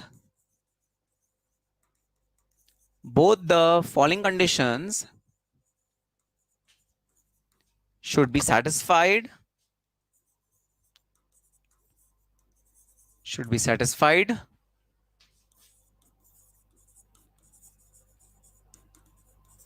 to determine the residential status of an individual. कौन सी दो कंडीशन है? Stay in India for more than 60 days. Stay in India for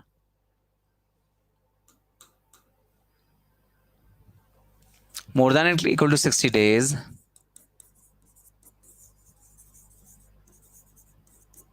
in the current previous year.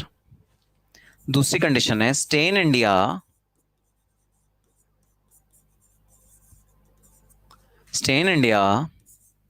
for more than 365 days in last 4 previous years. Okay, stay in India for more than 365 days in last 4 previous years. Last 4 previous years में इनका जो stay in India था वो more than 365 days होना चाहिए. आओ analysis करते हैं. In the instant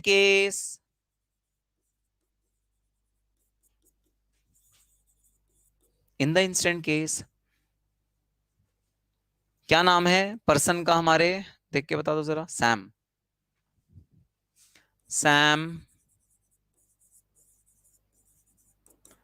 was in India for more than 60 days. Hence, he satisfies condition 1. Hence, he satisfies condition 1. However,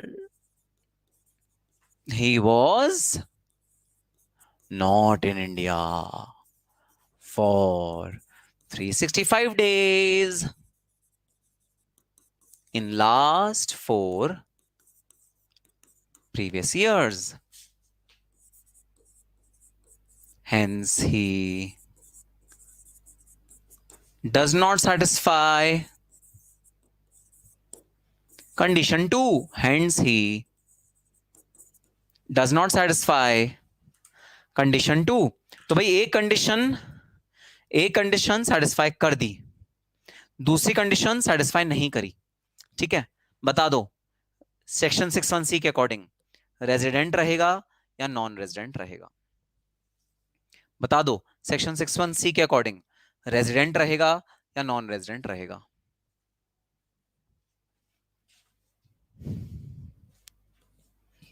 भाई देखना, एक कंडीशन फुलफिल कर दी, ये वाली फुलफिल कर दी, ये फुलफिल नहीं करी. एंड के साथ जोड़ा हुआ है, एंड के साथ. तो बता दो ये बंदा रेजिडेंट रहेगा या नॉन रेजिडेंट रहेगा? वाह, सही जवाब, परफेक्ट. वाह, क्या बात, क्या बात, क्या बात, क्या बात, क्या बात, क्या बात. स्टुपेंडो, फैंटाबुलसली फैंटास्टिक. ऊपर, सुपर से भी ऊपर. वाह, क्या बच्चे हैं. सुपर से भी ऊपर, सुपर से भी ऊपर. Very good guys, very very good. Therefore he is a non resident. तो ये बंदा क्या बन जाएगा? ये बंदा बन जाएगा नॉन रेजिडेंट. कंक्लूजन लिखो. Therefore Mr. Sam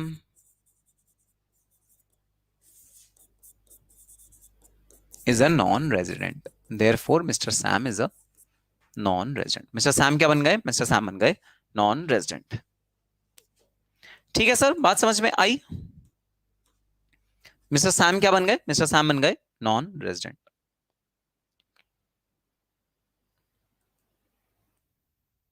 Mr. Sam क्या बन गए? Non-resident.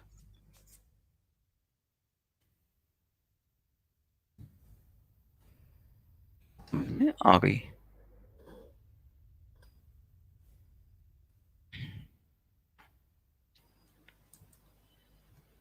चलो एक छोटा सा क्वेश्चन और करें, इसमें पूरा डिस्क्राइब करके लिखना होगा. दर्शिनी देखो, मार्क्स पे डिपेंड करता है. अगर तो मार्क्स मतलब ज्यादा है, 6 नंबर, 7 नंबर, 8 नंबर, तो जी हाँ एक्सप्लेन करके पूरा लिखना है, थोड़ा सा डिटेल में लिखना है. अगर मार्क्स है 2 नंबर, 3 नंबर, तो फिर भाई थोड़ा शॉर्टकट करके लिखो, थोड़ा छोटा करके लिखो, डायरेक्ट एक एक लाइन में आंसर खत्म कर दो. तो डिपेंड करता है. मैं थोड़ा सा लंबा लिखवा रहा हूँ ताकि आपको दोनों में सहूलियत हो. ठीक है, कट शॉर्ट करना तो ईजी होता है ना, आपको दोनों में सहूलियत हो इसलिए. ठीक है सर, परफेक्ट. चलो अब स्टार्ट करते हैं इलस्ट्रेशन नंबर 2. स्टार्ट करते हैं illustration number 2. Illustration number 2 start करते हैं।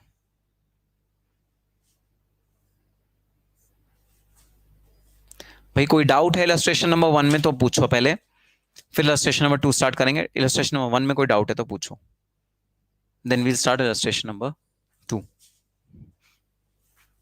Any doubt in illustration number 1?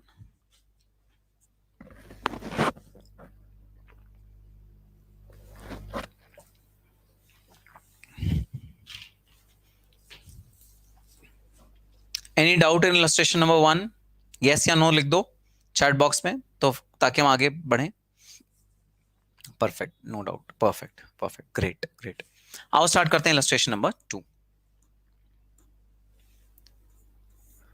Andy a British national, तो ये ब्रिटिश नेशनल है भाई, comes to India for the first time during financial year 1617। तो ये बंदा पहली बार इंडिया आया, कब आया? फाइनेंशियल ईयर 1617 में ये बंदा पहली बार इंडिया आया। ठीक है, अब मुझे एक चीज बता दो, जब ये 1617 में पहली बार इंडिया आया तो इसका क्या इंडिकेशन है? 1617 से पहले क्या ये इंडिया में था या ब्रिटिश में था? गाइज ये ब्रिटिश में था, ये लंदन में था, ये इंग्लैंड में था। ये तो ये आपको हिंट देता है, जब आपको फर्स्ट टाइम बोलता है ना कि वो फर्स्ट टाइम इंडिया में आया, ये हिंट लिया करो कि इससे पहले के सालों में वो इंडिया में नहीं था, मतलब इसके पहले के सालों में उसका period of stay outside India था। ये हिंट होता है जब भी फर्स्ट टाइम वर्ड यूज होता है क्वेश्चन में। ठीक है, during financial year 1617, during financial year 1617, 1718, 1819, 1920 and 2021। तो आपको 5 साल का डेटा दिया हुआ है। याद करो, हमें सेक्शन 61C एनालाइज करने के लिए भी 5 साल का डेटा चाहिए होता है, एक तो करंट ईयर और एक उससे पहले वाले 4 साल। ठीक है, तो 5 साल का डेटा दिया हुआ है 555 days, 60 days, 80 days, 160 days and 70 days respectively. Determine his residential status for assessment year 21-22। आपको residential status determine करना है। ठीक है सर, बात समझ में आ गई।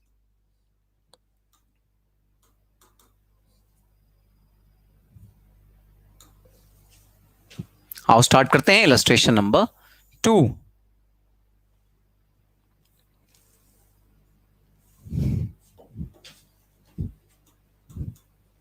Let's start illustration number 2।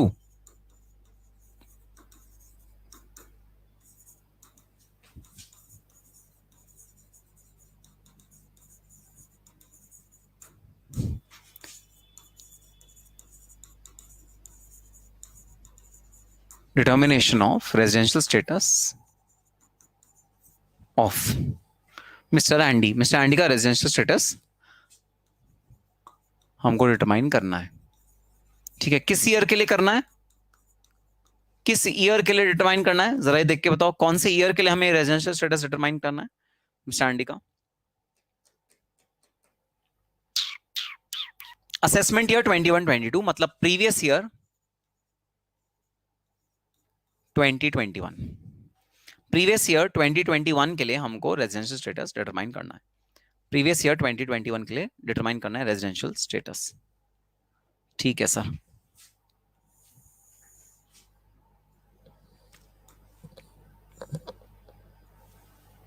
आओ देखते हैं क्या होगा रेजिडेंशियल स्टेटस।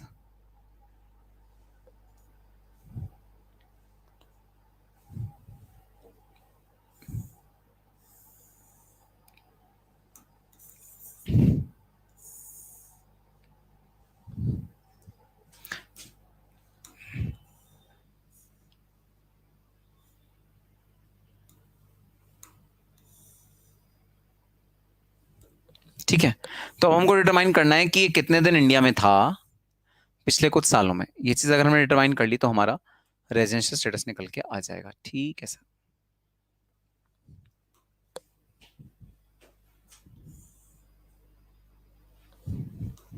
तो यहां आएगा भाई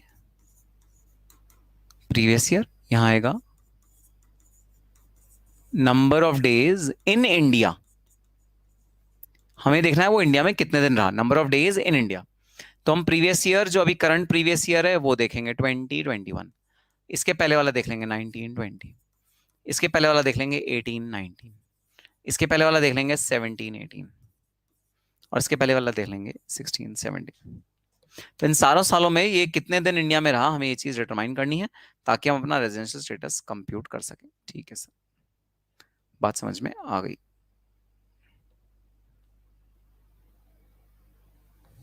ओके, तो सबसे पहले है 2021, ठीक है, प्रीवियस ईयर 2021। प्रीवियस ईयर 2021 में कितने दिन रहा इंडिया में? 70 डेज। इससे पहले 160, उससे पहले कितना रहा?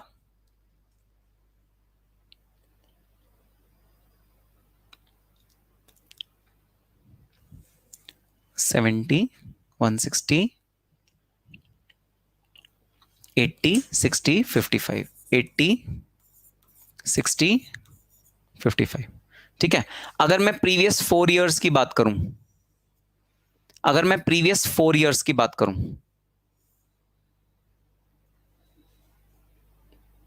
अगर मैं प्रीवियस 4 इयर्स की बात करूं, तो कितने दिन इंडिया में रहा प्रीवियस 4 इयर्स में? टोटल करके बता दो जरा, टोटल करके बता दो प्रीवियस 4 इयर्स में ये कितने दिन रहा? 160 प्लस 80 प्लस 60 प्लस 55, 355 डेज, ठीक है।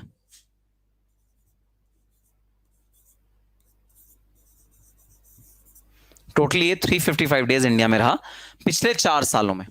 करंट ईयर में ये कितने दिन इंडिया में रहा? करंट ईयर में ये रहा 70 डेज इंडिया में, और पिछले 4 सालों में कितने दिन इंडिया में रहा? 355 डेज ये पिछले 4 सालों में इंडिया में रहा, ठीक है। इसका ना रेजिडेंशियल स्टेटस हमको निकाल के लाना है। तो सबसे पहले मैं वापस अपने चार्ट में आ रहा हूं भाई। आओ चार्ट में सबसे पहले देखते हैं फर्स्ट बेस रूल क्या है। फर्स्ट बेस रूल कहता है अगर ये 182 डेज से ज्यादा इंडिया में रहा होता तो पक्का ये रेजिडेंट बन जाता, अगर ये 182 डेज से ज्यादा रहा होता। लेकिन ये पक्का 182 डेज से ज्यादा नहीं रहा, ये 182 डेज से कम रहा इंडिया में। तो अगर ये 182 डेज से कम रहा इंडिया में, तो अब सवाल ये उठता है क्या ये 60 दिन से ज्यादा रहा प्रीवियस ईयर में? जिस ईयर का हम रेजिडेंशियल स्टेटस डिटरमाइन कर रहे हैं, हम 2021 का रेजिडेंशियल स्टेटस डिटरमाइन कर रहे हैं, ठीक है, 2021 का। तो सबसे पहले क्या ये 60 दिन से ज्यादा करंट ईयर में इंडिया में रहा? जी हां। तो क्या कंडीशन नंबर 1 सेटिस्फाई हो गई? जी हां, कंडीशन नंबर 1 सेटिस्फाई हो गई, रेजिडेंसी की कंडीशन नंबर 1 सेटिस्फाई हो गई।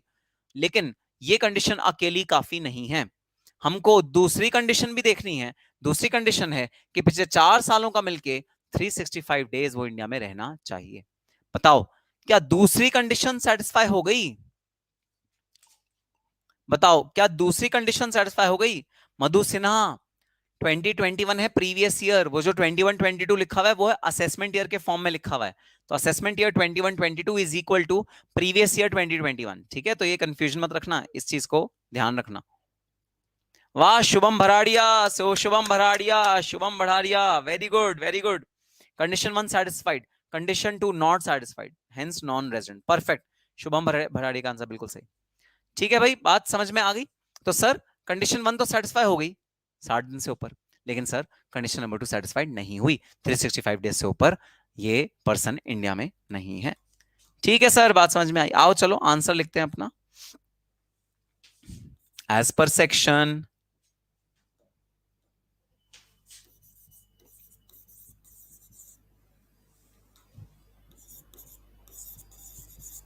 as per section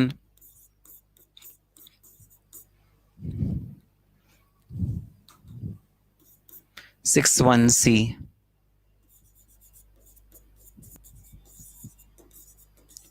two conditions are required to be satisfied for residency. In the instant case, देखो शॉर्टकट ले लिया मैंने ना दो कंडीशन पूरी पूरी लिखी नहीं।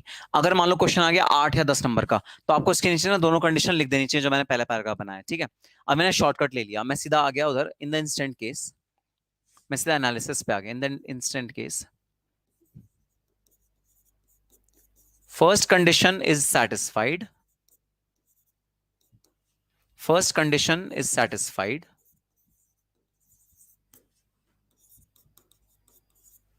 since Mr. Andy was in India. Mr. Andy was in India for Mr. Andy was in India for more than 60 days in previous year 2021. However, the second condition is not satisfied. However, the second condition is not satisfied.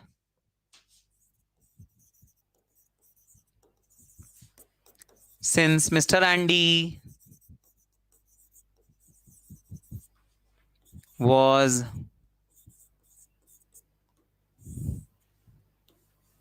not, since Mr. Andy was not in India for 365 days or more in the last 4 previous years.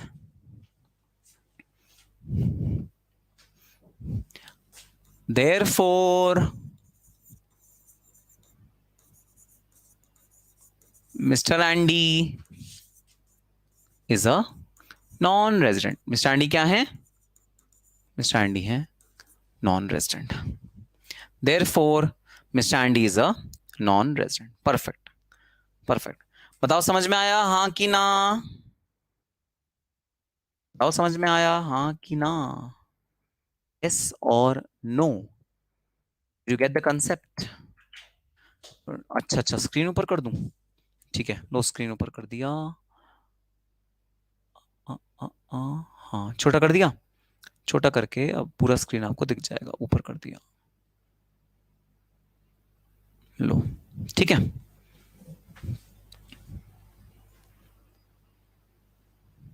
अच्छा अच्छा ठीक है, कोई बात नहीं।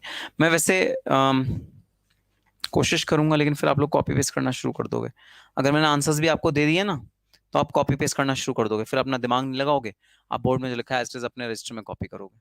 Sir वो तो हम अभी भी कर रहे हैं। अभी भी हम कौन सा आपकी बात सुन रहे हैं? सर बगल में हमारे नेटफ्लिक्स चल रहा है, वहां टेलीविजन सीरीज चल रही है। सर आप जो लिखवाते जा रहे हो हम कॉपी पेस्ट करते जा रहे हैं अपने रजिस्टर में। हम कौन सा दिमाग लगा रहे हैं? नालायक, नालायक। हाँ सर लंच आ गया है, हम लंच कर रहे हैं, साथ साथ वीडियो में जो आप लिखवा रहे हो कॉपी पेस्ट कर रहे हैं अपने रजिस्टर पे। नालायक, सारे के सारे नालायक। शीतल राणा, शीतल राणा ने वैसे कभी कोई जवाब नहीं दिया। अभी बड़े उसमें लिख रही है जी यस, वाह शीतल राणा नालायक। अभी लिख रही है यस, वैसे कोई जवाब नहीं देती। खुशी कह रही है नो सर ऐसा नहीं है। अनुष्का कह रही है, अच्छा अनुष्का दर्शनी हंस रहे हैं। ओके तो बताओ बात समझ में आई? बात समझ में आई या नहीं आई? यस सर बात समझ में आ गई, बात समझ में आ गई। अच्छा फास्ट है आज दर्शिनी का, क्योंकि आज एक वो है सावन का मंडे है ना, इसलिए यस आज मेरा भी फास्ट है दोस्तों। मैं भी 4 मतलब मंडे को फास्ट रखता हूँ, सावन वाले मंडे को। Good, fasting is good for your body, your health. Fasting rejuvenates your body. Fasting releases all the toxins from your body. So fasting is very very good for your body. It's very very good. Yes. ठीक है भाई, आ जाओ वापस book में एक बार read मार लेते हैं जो थ्योरेटिकली चीजें लिखी हैं। बाकी तो अपना आपने समझ ही लिया है, एक बार रीड करके देख लेते हैं और। ठीक है सर। सो कंडीशन नंबर 1, अगर पर्सन 182 डेज या उससे ज्यादा इंडिया में रहता है तो वो इंडिया का रेजिडेंट बन जाता है। कंडीशन नंबर 2, अगर कोई पर्सन 365 डेज पिछले 4 साल में इंडिया में रहा और करंट ईयर में 60 डेज या उससे ज्यादा इंडिया में रहता है तो वो ऑर्डिनरी रेजिडेंट की कैटेगरी में आ जाता है। और वो कंडीशन ना सेटिस्फाई हुआ है तो वो पर्सन नॉन रेजिडेंट बन जाता है। ठीक है सर, बात समझ में आ गई। अच्छा भाई अब एक ना मुझे आपसे एक बात करनी है, ठीक है? जरा देखो, मुझे आपसे ना एक बात करनी है, बहुत इंपॉर्टेंट बात है। समझो जरा मुझे क्या बात करनी है, ठीक है? तो भाई सिचुएशन ये है कि कोई बंदा इंडिया से बाहर जा रहा है,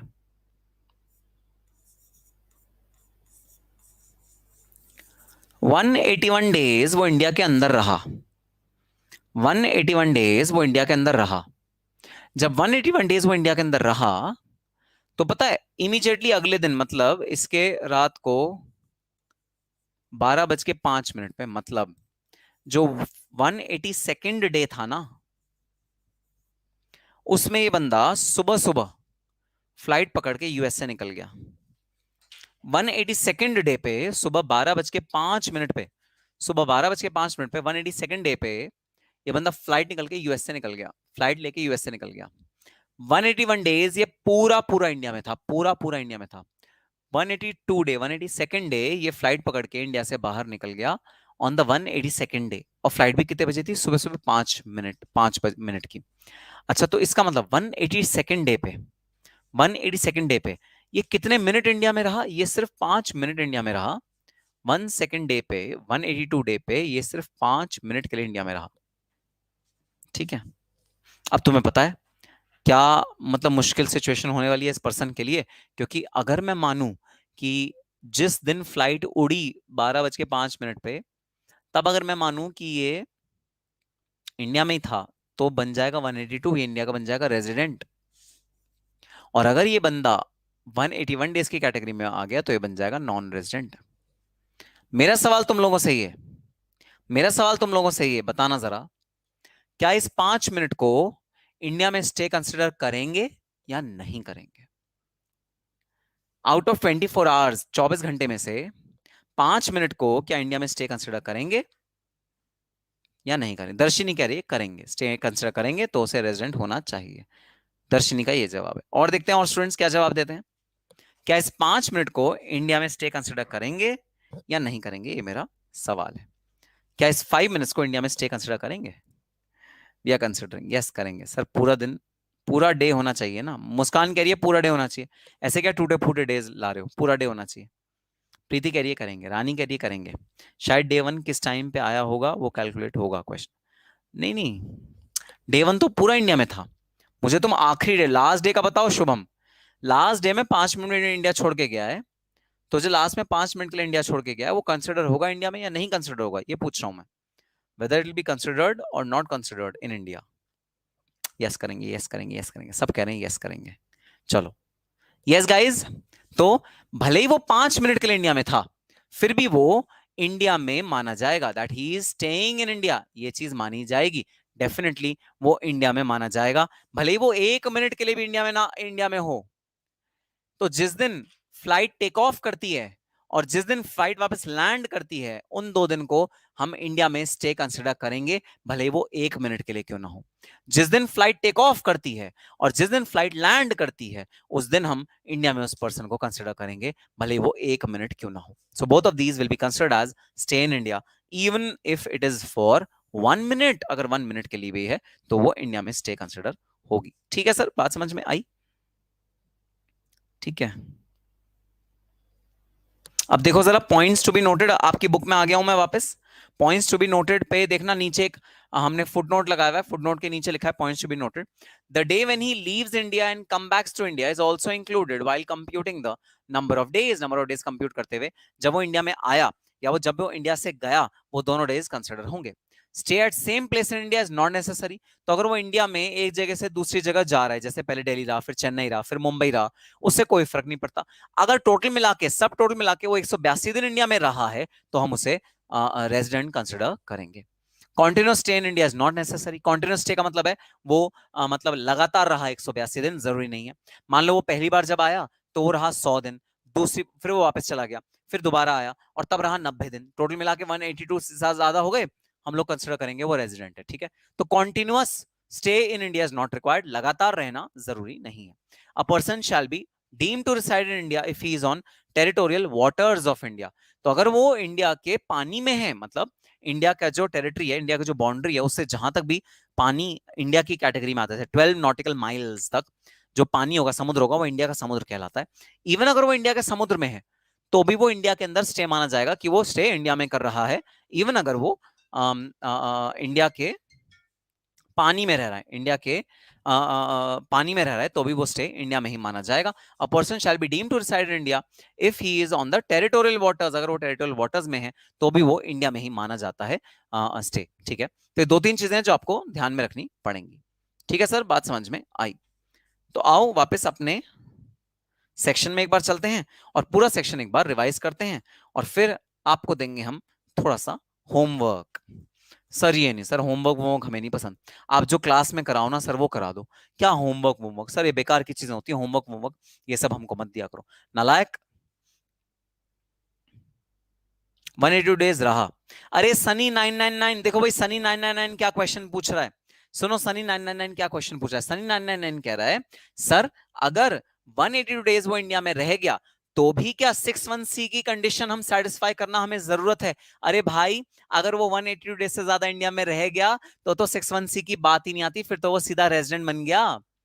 61C की तो वहां बात आती है जहां वो करंट ईयर में 182 डेज से कम इंडिया में रह रहा है, तभी तो हम 61C पे आ रहे हैं। देखो एरो कौन से लगा हुआ है, 182 डेज के बाद एरो लगा हुआ है, एरो यहां पर नहीं लगा हुआ 61C का।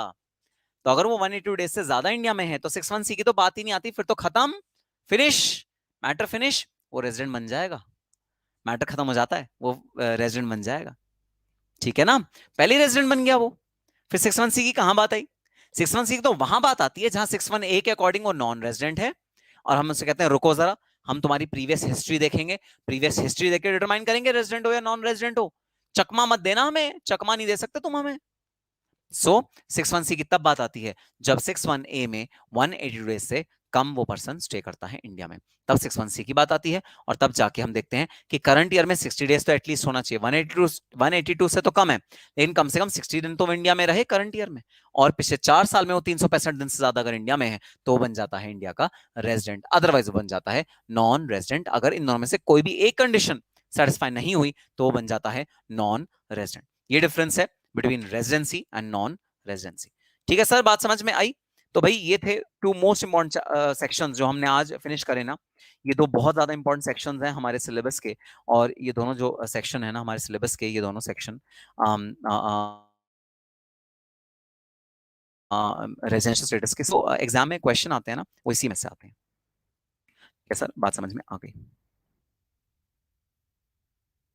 ओके, तो अब मैं ढूंढ रहा हूं आपके लिए होमवर्क के क्वेश्चन। आपको साथ साथ होमवर्क करना पड़ेगा और कुछ प्रैक्टिस क्वेश्चन करना पड़ेगा, और जब तक मैं क्वेश्चन ढूंढ रहा हूं तब तक प्लीज इस वीडियो को लाइक कर दो। दर्शिनी, दर्शिनी प्लीज सबको बोल दो जरा कि वीडियो को लाइक कर दें और अपने फ्रेंड्स के साथ शेयर भी कर लें, अपनी टाइमलाइन पे लगा लें, व्हाट्सएप की टाइमलाइन पे लगा लें। दर्शिनी प्लीज रिक्वेस्ट कर दो सबको कि वो जरा अपने रेलिवेंट ग्रुप्स में शेयर कर दें वीडियो को, और लाइक कर दें, सबसे पहले तो लाइक कर दें। ठीक है सर, हाँ सर सब लाइक कर देंगे। तो आ जाओ अब देखते हैं कि आप क्या कर सकते हैं, कौन सा क्वेश्चन आप होमवर्क में कर सकते हैं। अच्छा मैंने एक्सेप्शंस नहीं कराए, ठीक है।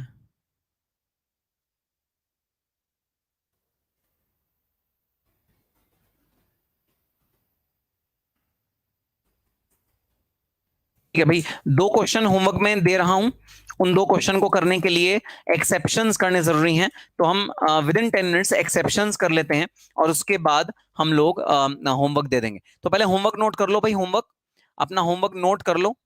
आपका होमवर्क है illustration number 3, illustration number 4, illustration number 3, illustration number 4, illustration number 5 मैं खुद क्लास में कराऊंगा। इलस्ट्रेशन नंबर 3, इलस्ट्रेशन नंबर 4 आपका होमवर्क है जो आपको करके देखना है। ठीक है, ठीक है। और एक छोटी सी चीज मैं करा देता हूं ताकि इलस्ट्रेशन नंबर 3 और 4 करने में आपको कोई दिक्कत ना हो। एक छोटी सी चीज हम लोग कर लेते हैं, इलस्ट्रेशन नंबर 3 एंड 4 फिर आपका इजीली होमवर्क में हो जाएगा। ठीक है,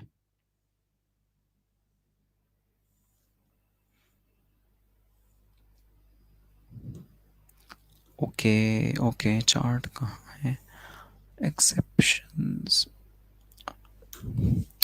एक और चीज कर सकते हैं, क्यों ना आज मैं आपको होमवर्क प्रैक्टिस क्वेश्चंस में से दे दूं।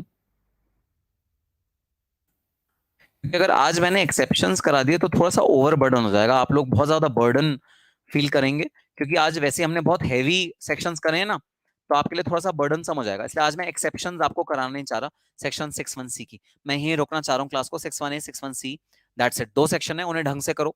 एक्सेप्शंस टू 61C हम अगली क्लास में करेंगे, तो आप यही दो करो। तो गाइज 3 और 4 क्वेश्चन कैंसिल है आपका, 3 और 4 क्वेश्चन कैंसिल है। आपको जो क्वेश्चन करने हैं वो करने हैं प्रैक्टिस क्वेश्चन। जो देखना, जो पीडीएफ है ना, पीडीएफ में आपके चैप्टर के बिल्कुल लास्ट में है कुछ प्रैक्टिस क्वेश्चंस, ये आपको करने हैं होमवर्क में। Practice question number 1, practice question number 2,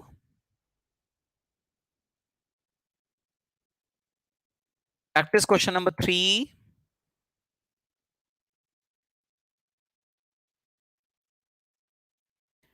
practice question number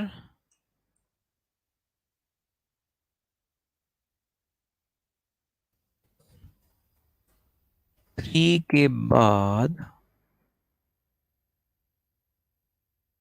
बस practice question number 1, practice question number 2, practice question number 3।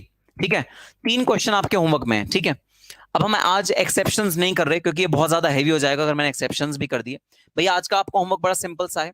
आपको बेसिकली 2 सेक्शंस याद करने हैं, सिर्फ 2 section, section 61A, section 61C, और इसी के प्रैक्टिकल क्वेश्चंस आपको अपने पास करके देखने हैं। जो हमने क्लास में भी प्रैक्टिकल क्वेश्चन कराए हैं वो प्लीज आप प्रैक्टिस क्वेश्चंस अपने आप जरूर करके देखना। जो क्लास में कराए वो खुद एक बार अटेम्प्ट करके देखना, और जो होमवर्क में दिया प्रैक्टिस क्वेश्चंस उनको करना 1 2 3। ठीक है, इलस्ट्रेशन नंबर 1 और 2 हमने क्लास में आज कर लिया है, बाकी के हम नेक्स्ट सेशन में अपना कंटिन्यू करेंगे। सर कल ही कंप्लीट किया है मैंने resident status chapter from your pen drive class, an ordinary resident बेचारा गरीब ग्लोबल हनुमान जी बिल्कुल सही कह रहे हो। ऑलराइट गाइस, तो हम लोग मिलेंगे अपने अगले सेशन में। अगली क्लास होगी वेडनेसडे, वेडनेसडे को 11:30 बजे मॉर्निंग में। अब यही टाइम रहेगा हमारी क्लास का, फिक्स रखते हैं, हर वेडनेसडे क्लास होगी। और जी हाँ, आपका रिजल्ट आने वाला है, तो all the best for your result guys, and do like this video. तो हम लोग मिलेंगे अपने अगले सेशन में, which will be conducted on Wednesday 11:30 to 1:30, same time रहेगा हमारा। कभी कभी 1:30 से ऊपर भी जा सकते हैं, जब सेक्शन ऐसा डिमांड करेगा या कोई चैप्टर ऐसा डिमांड करेगा, तब हम थोड़ा सा टाइम एक्सीड भी कर सकते हैं। फिलहाल हम लोग अपने यू नो ट्रैक पे हैं, अपने उस पे हैं, अपने टाइम टेबल पे। ठीक है, so will meet in our next session which is on Wednesday. Till that time, all the very best and happy studying. और जी हाँ, घर में जरूर पढ़ना, पीडीएफ का प्रिंट आउट निकाल के पूरा का पूरा एक एक वर्ड, एक एक लाइन जरूर पढ़ना, और जितने क्वेश्चंस क्लास में कराए वो जरूर करना, प्रैक्टिस क्वेश्चन जो होमवर्क में दिए वो जरूर करना। अगली क्लास में इससे भी एडवांस कॉन्सेप्ट, डिफिकल्ट कॉन्सेप्ट हम लोग करने वाले हैं अगली क्लास में। All the very best and bye bye, see you in the next class, bye.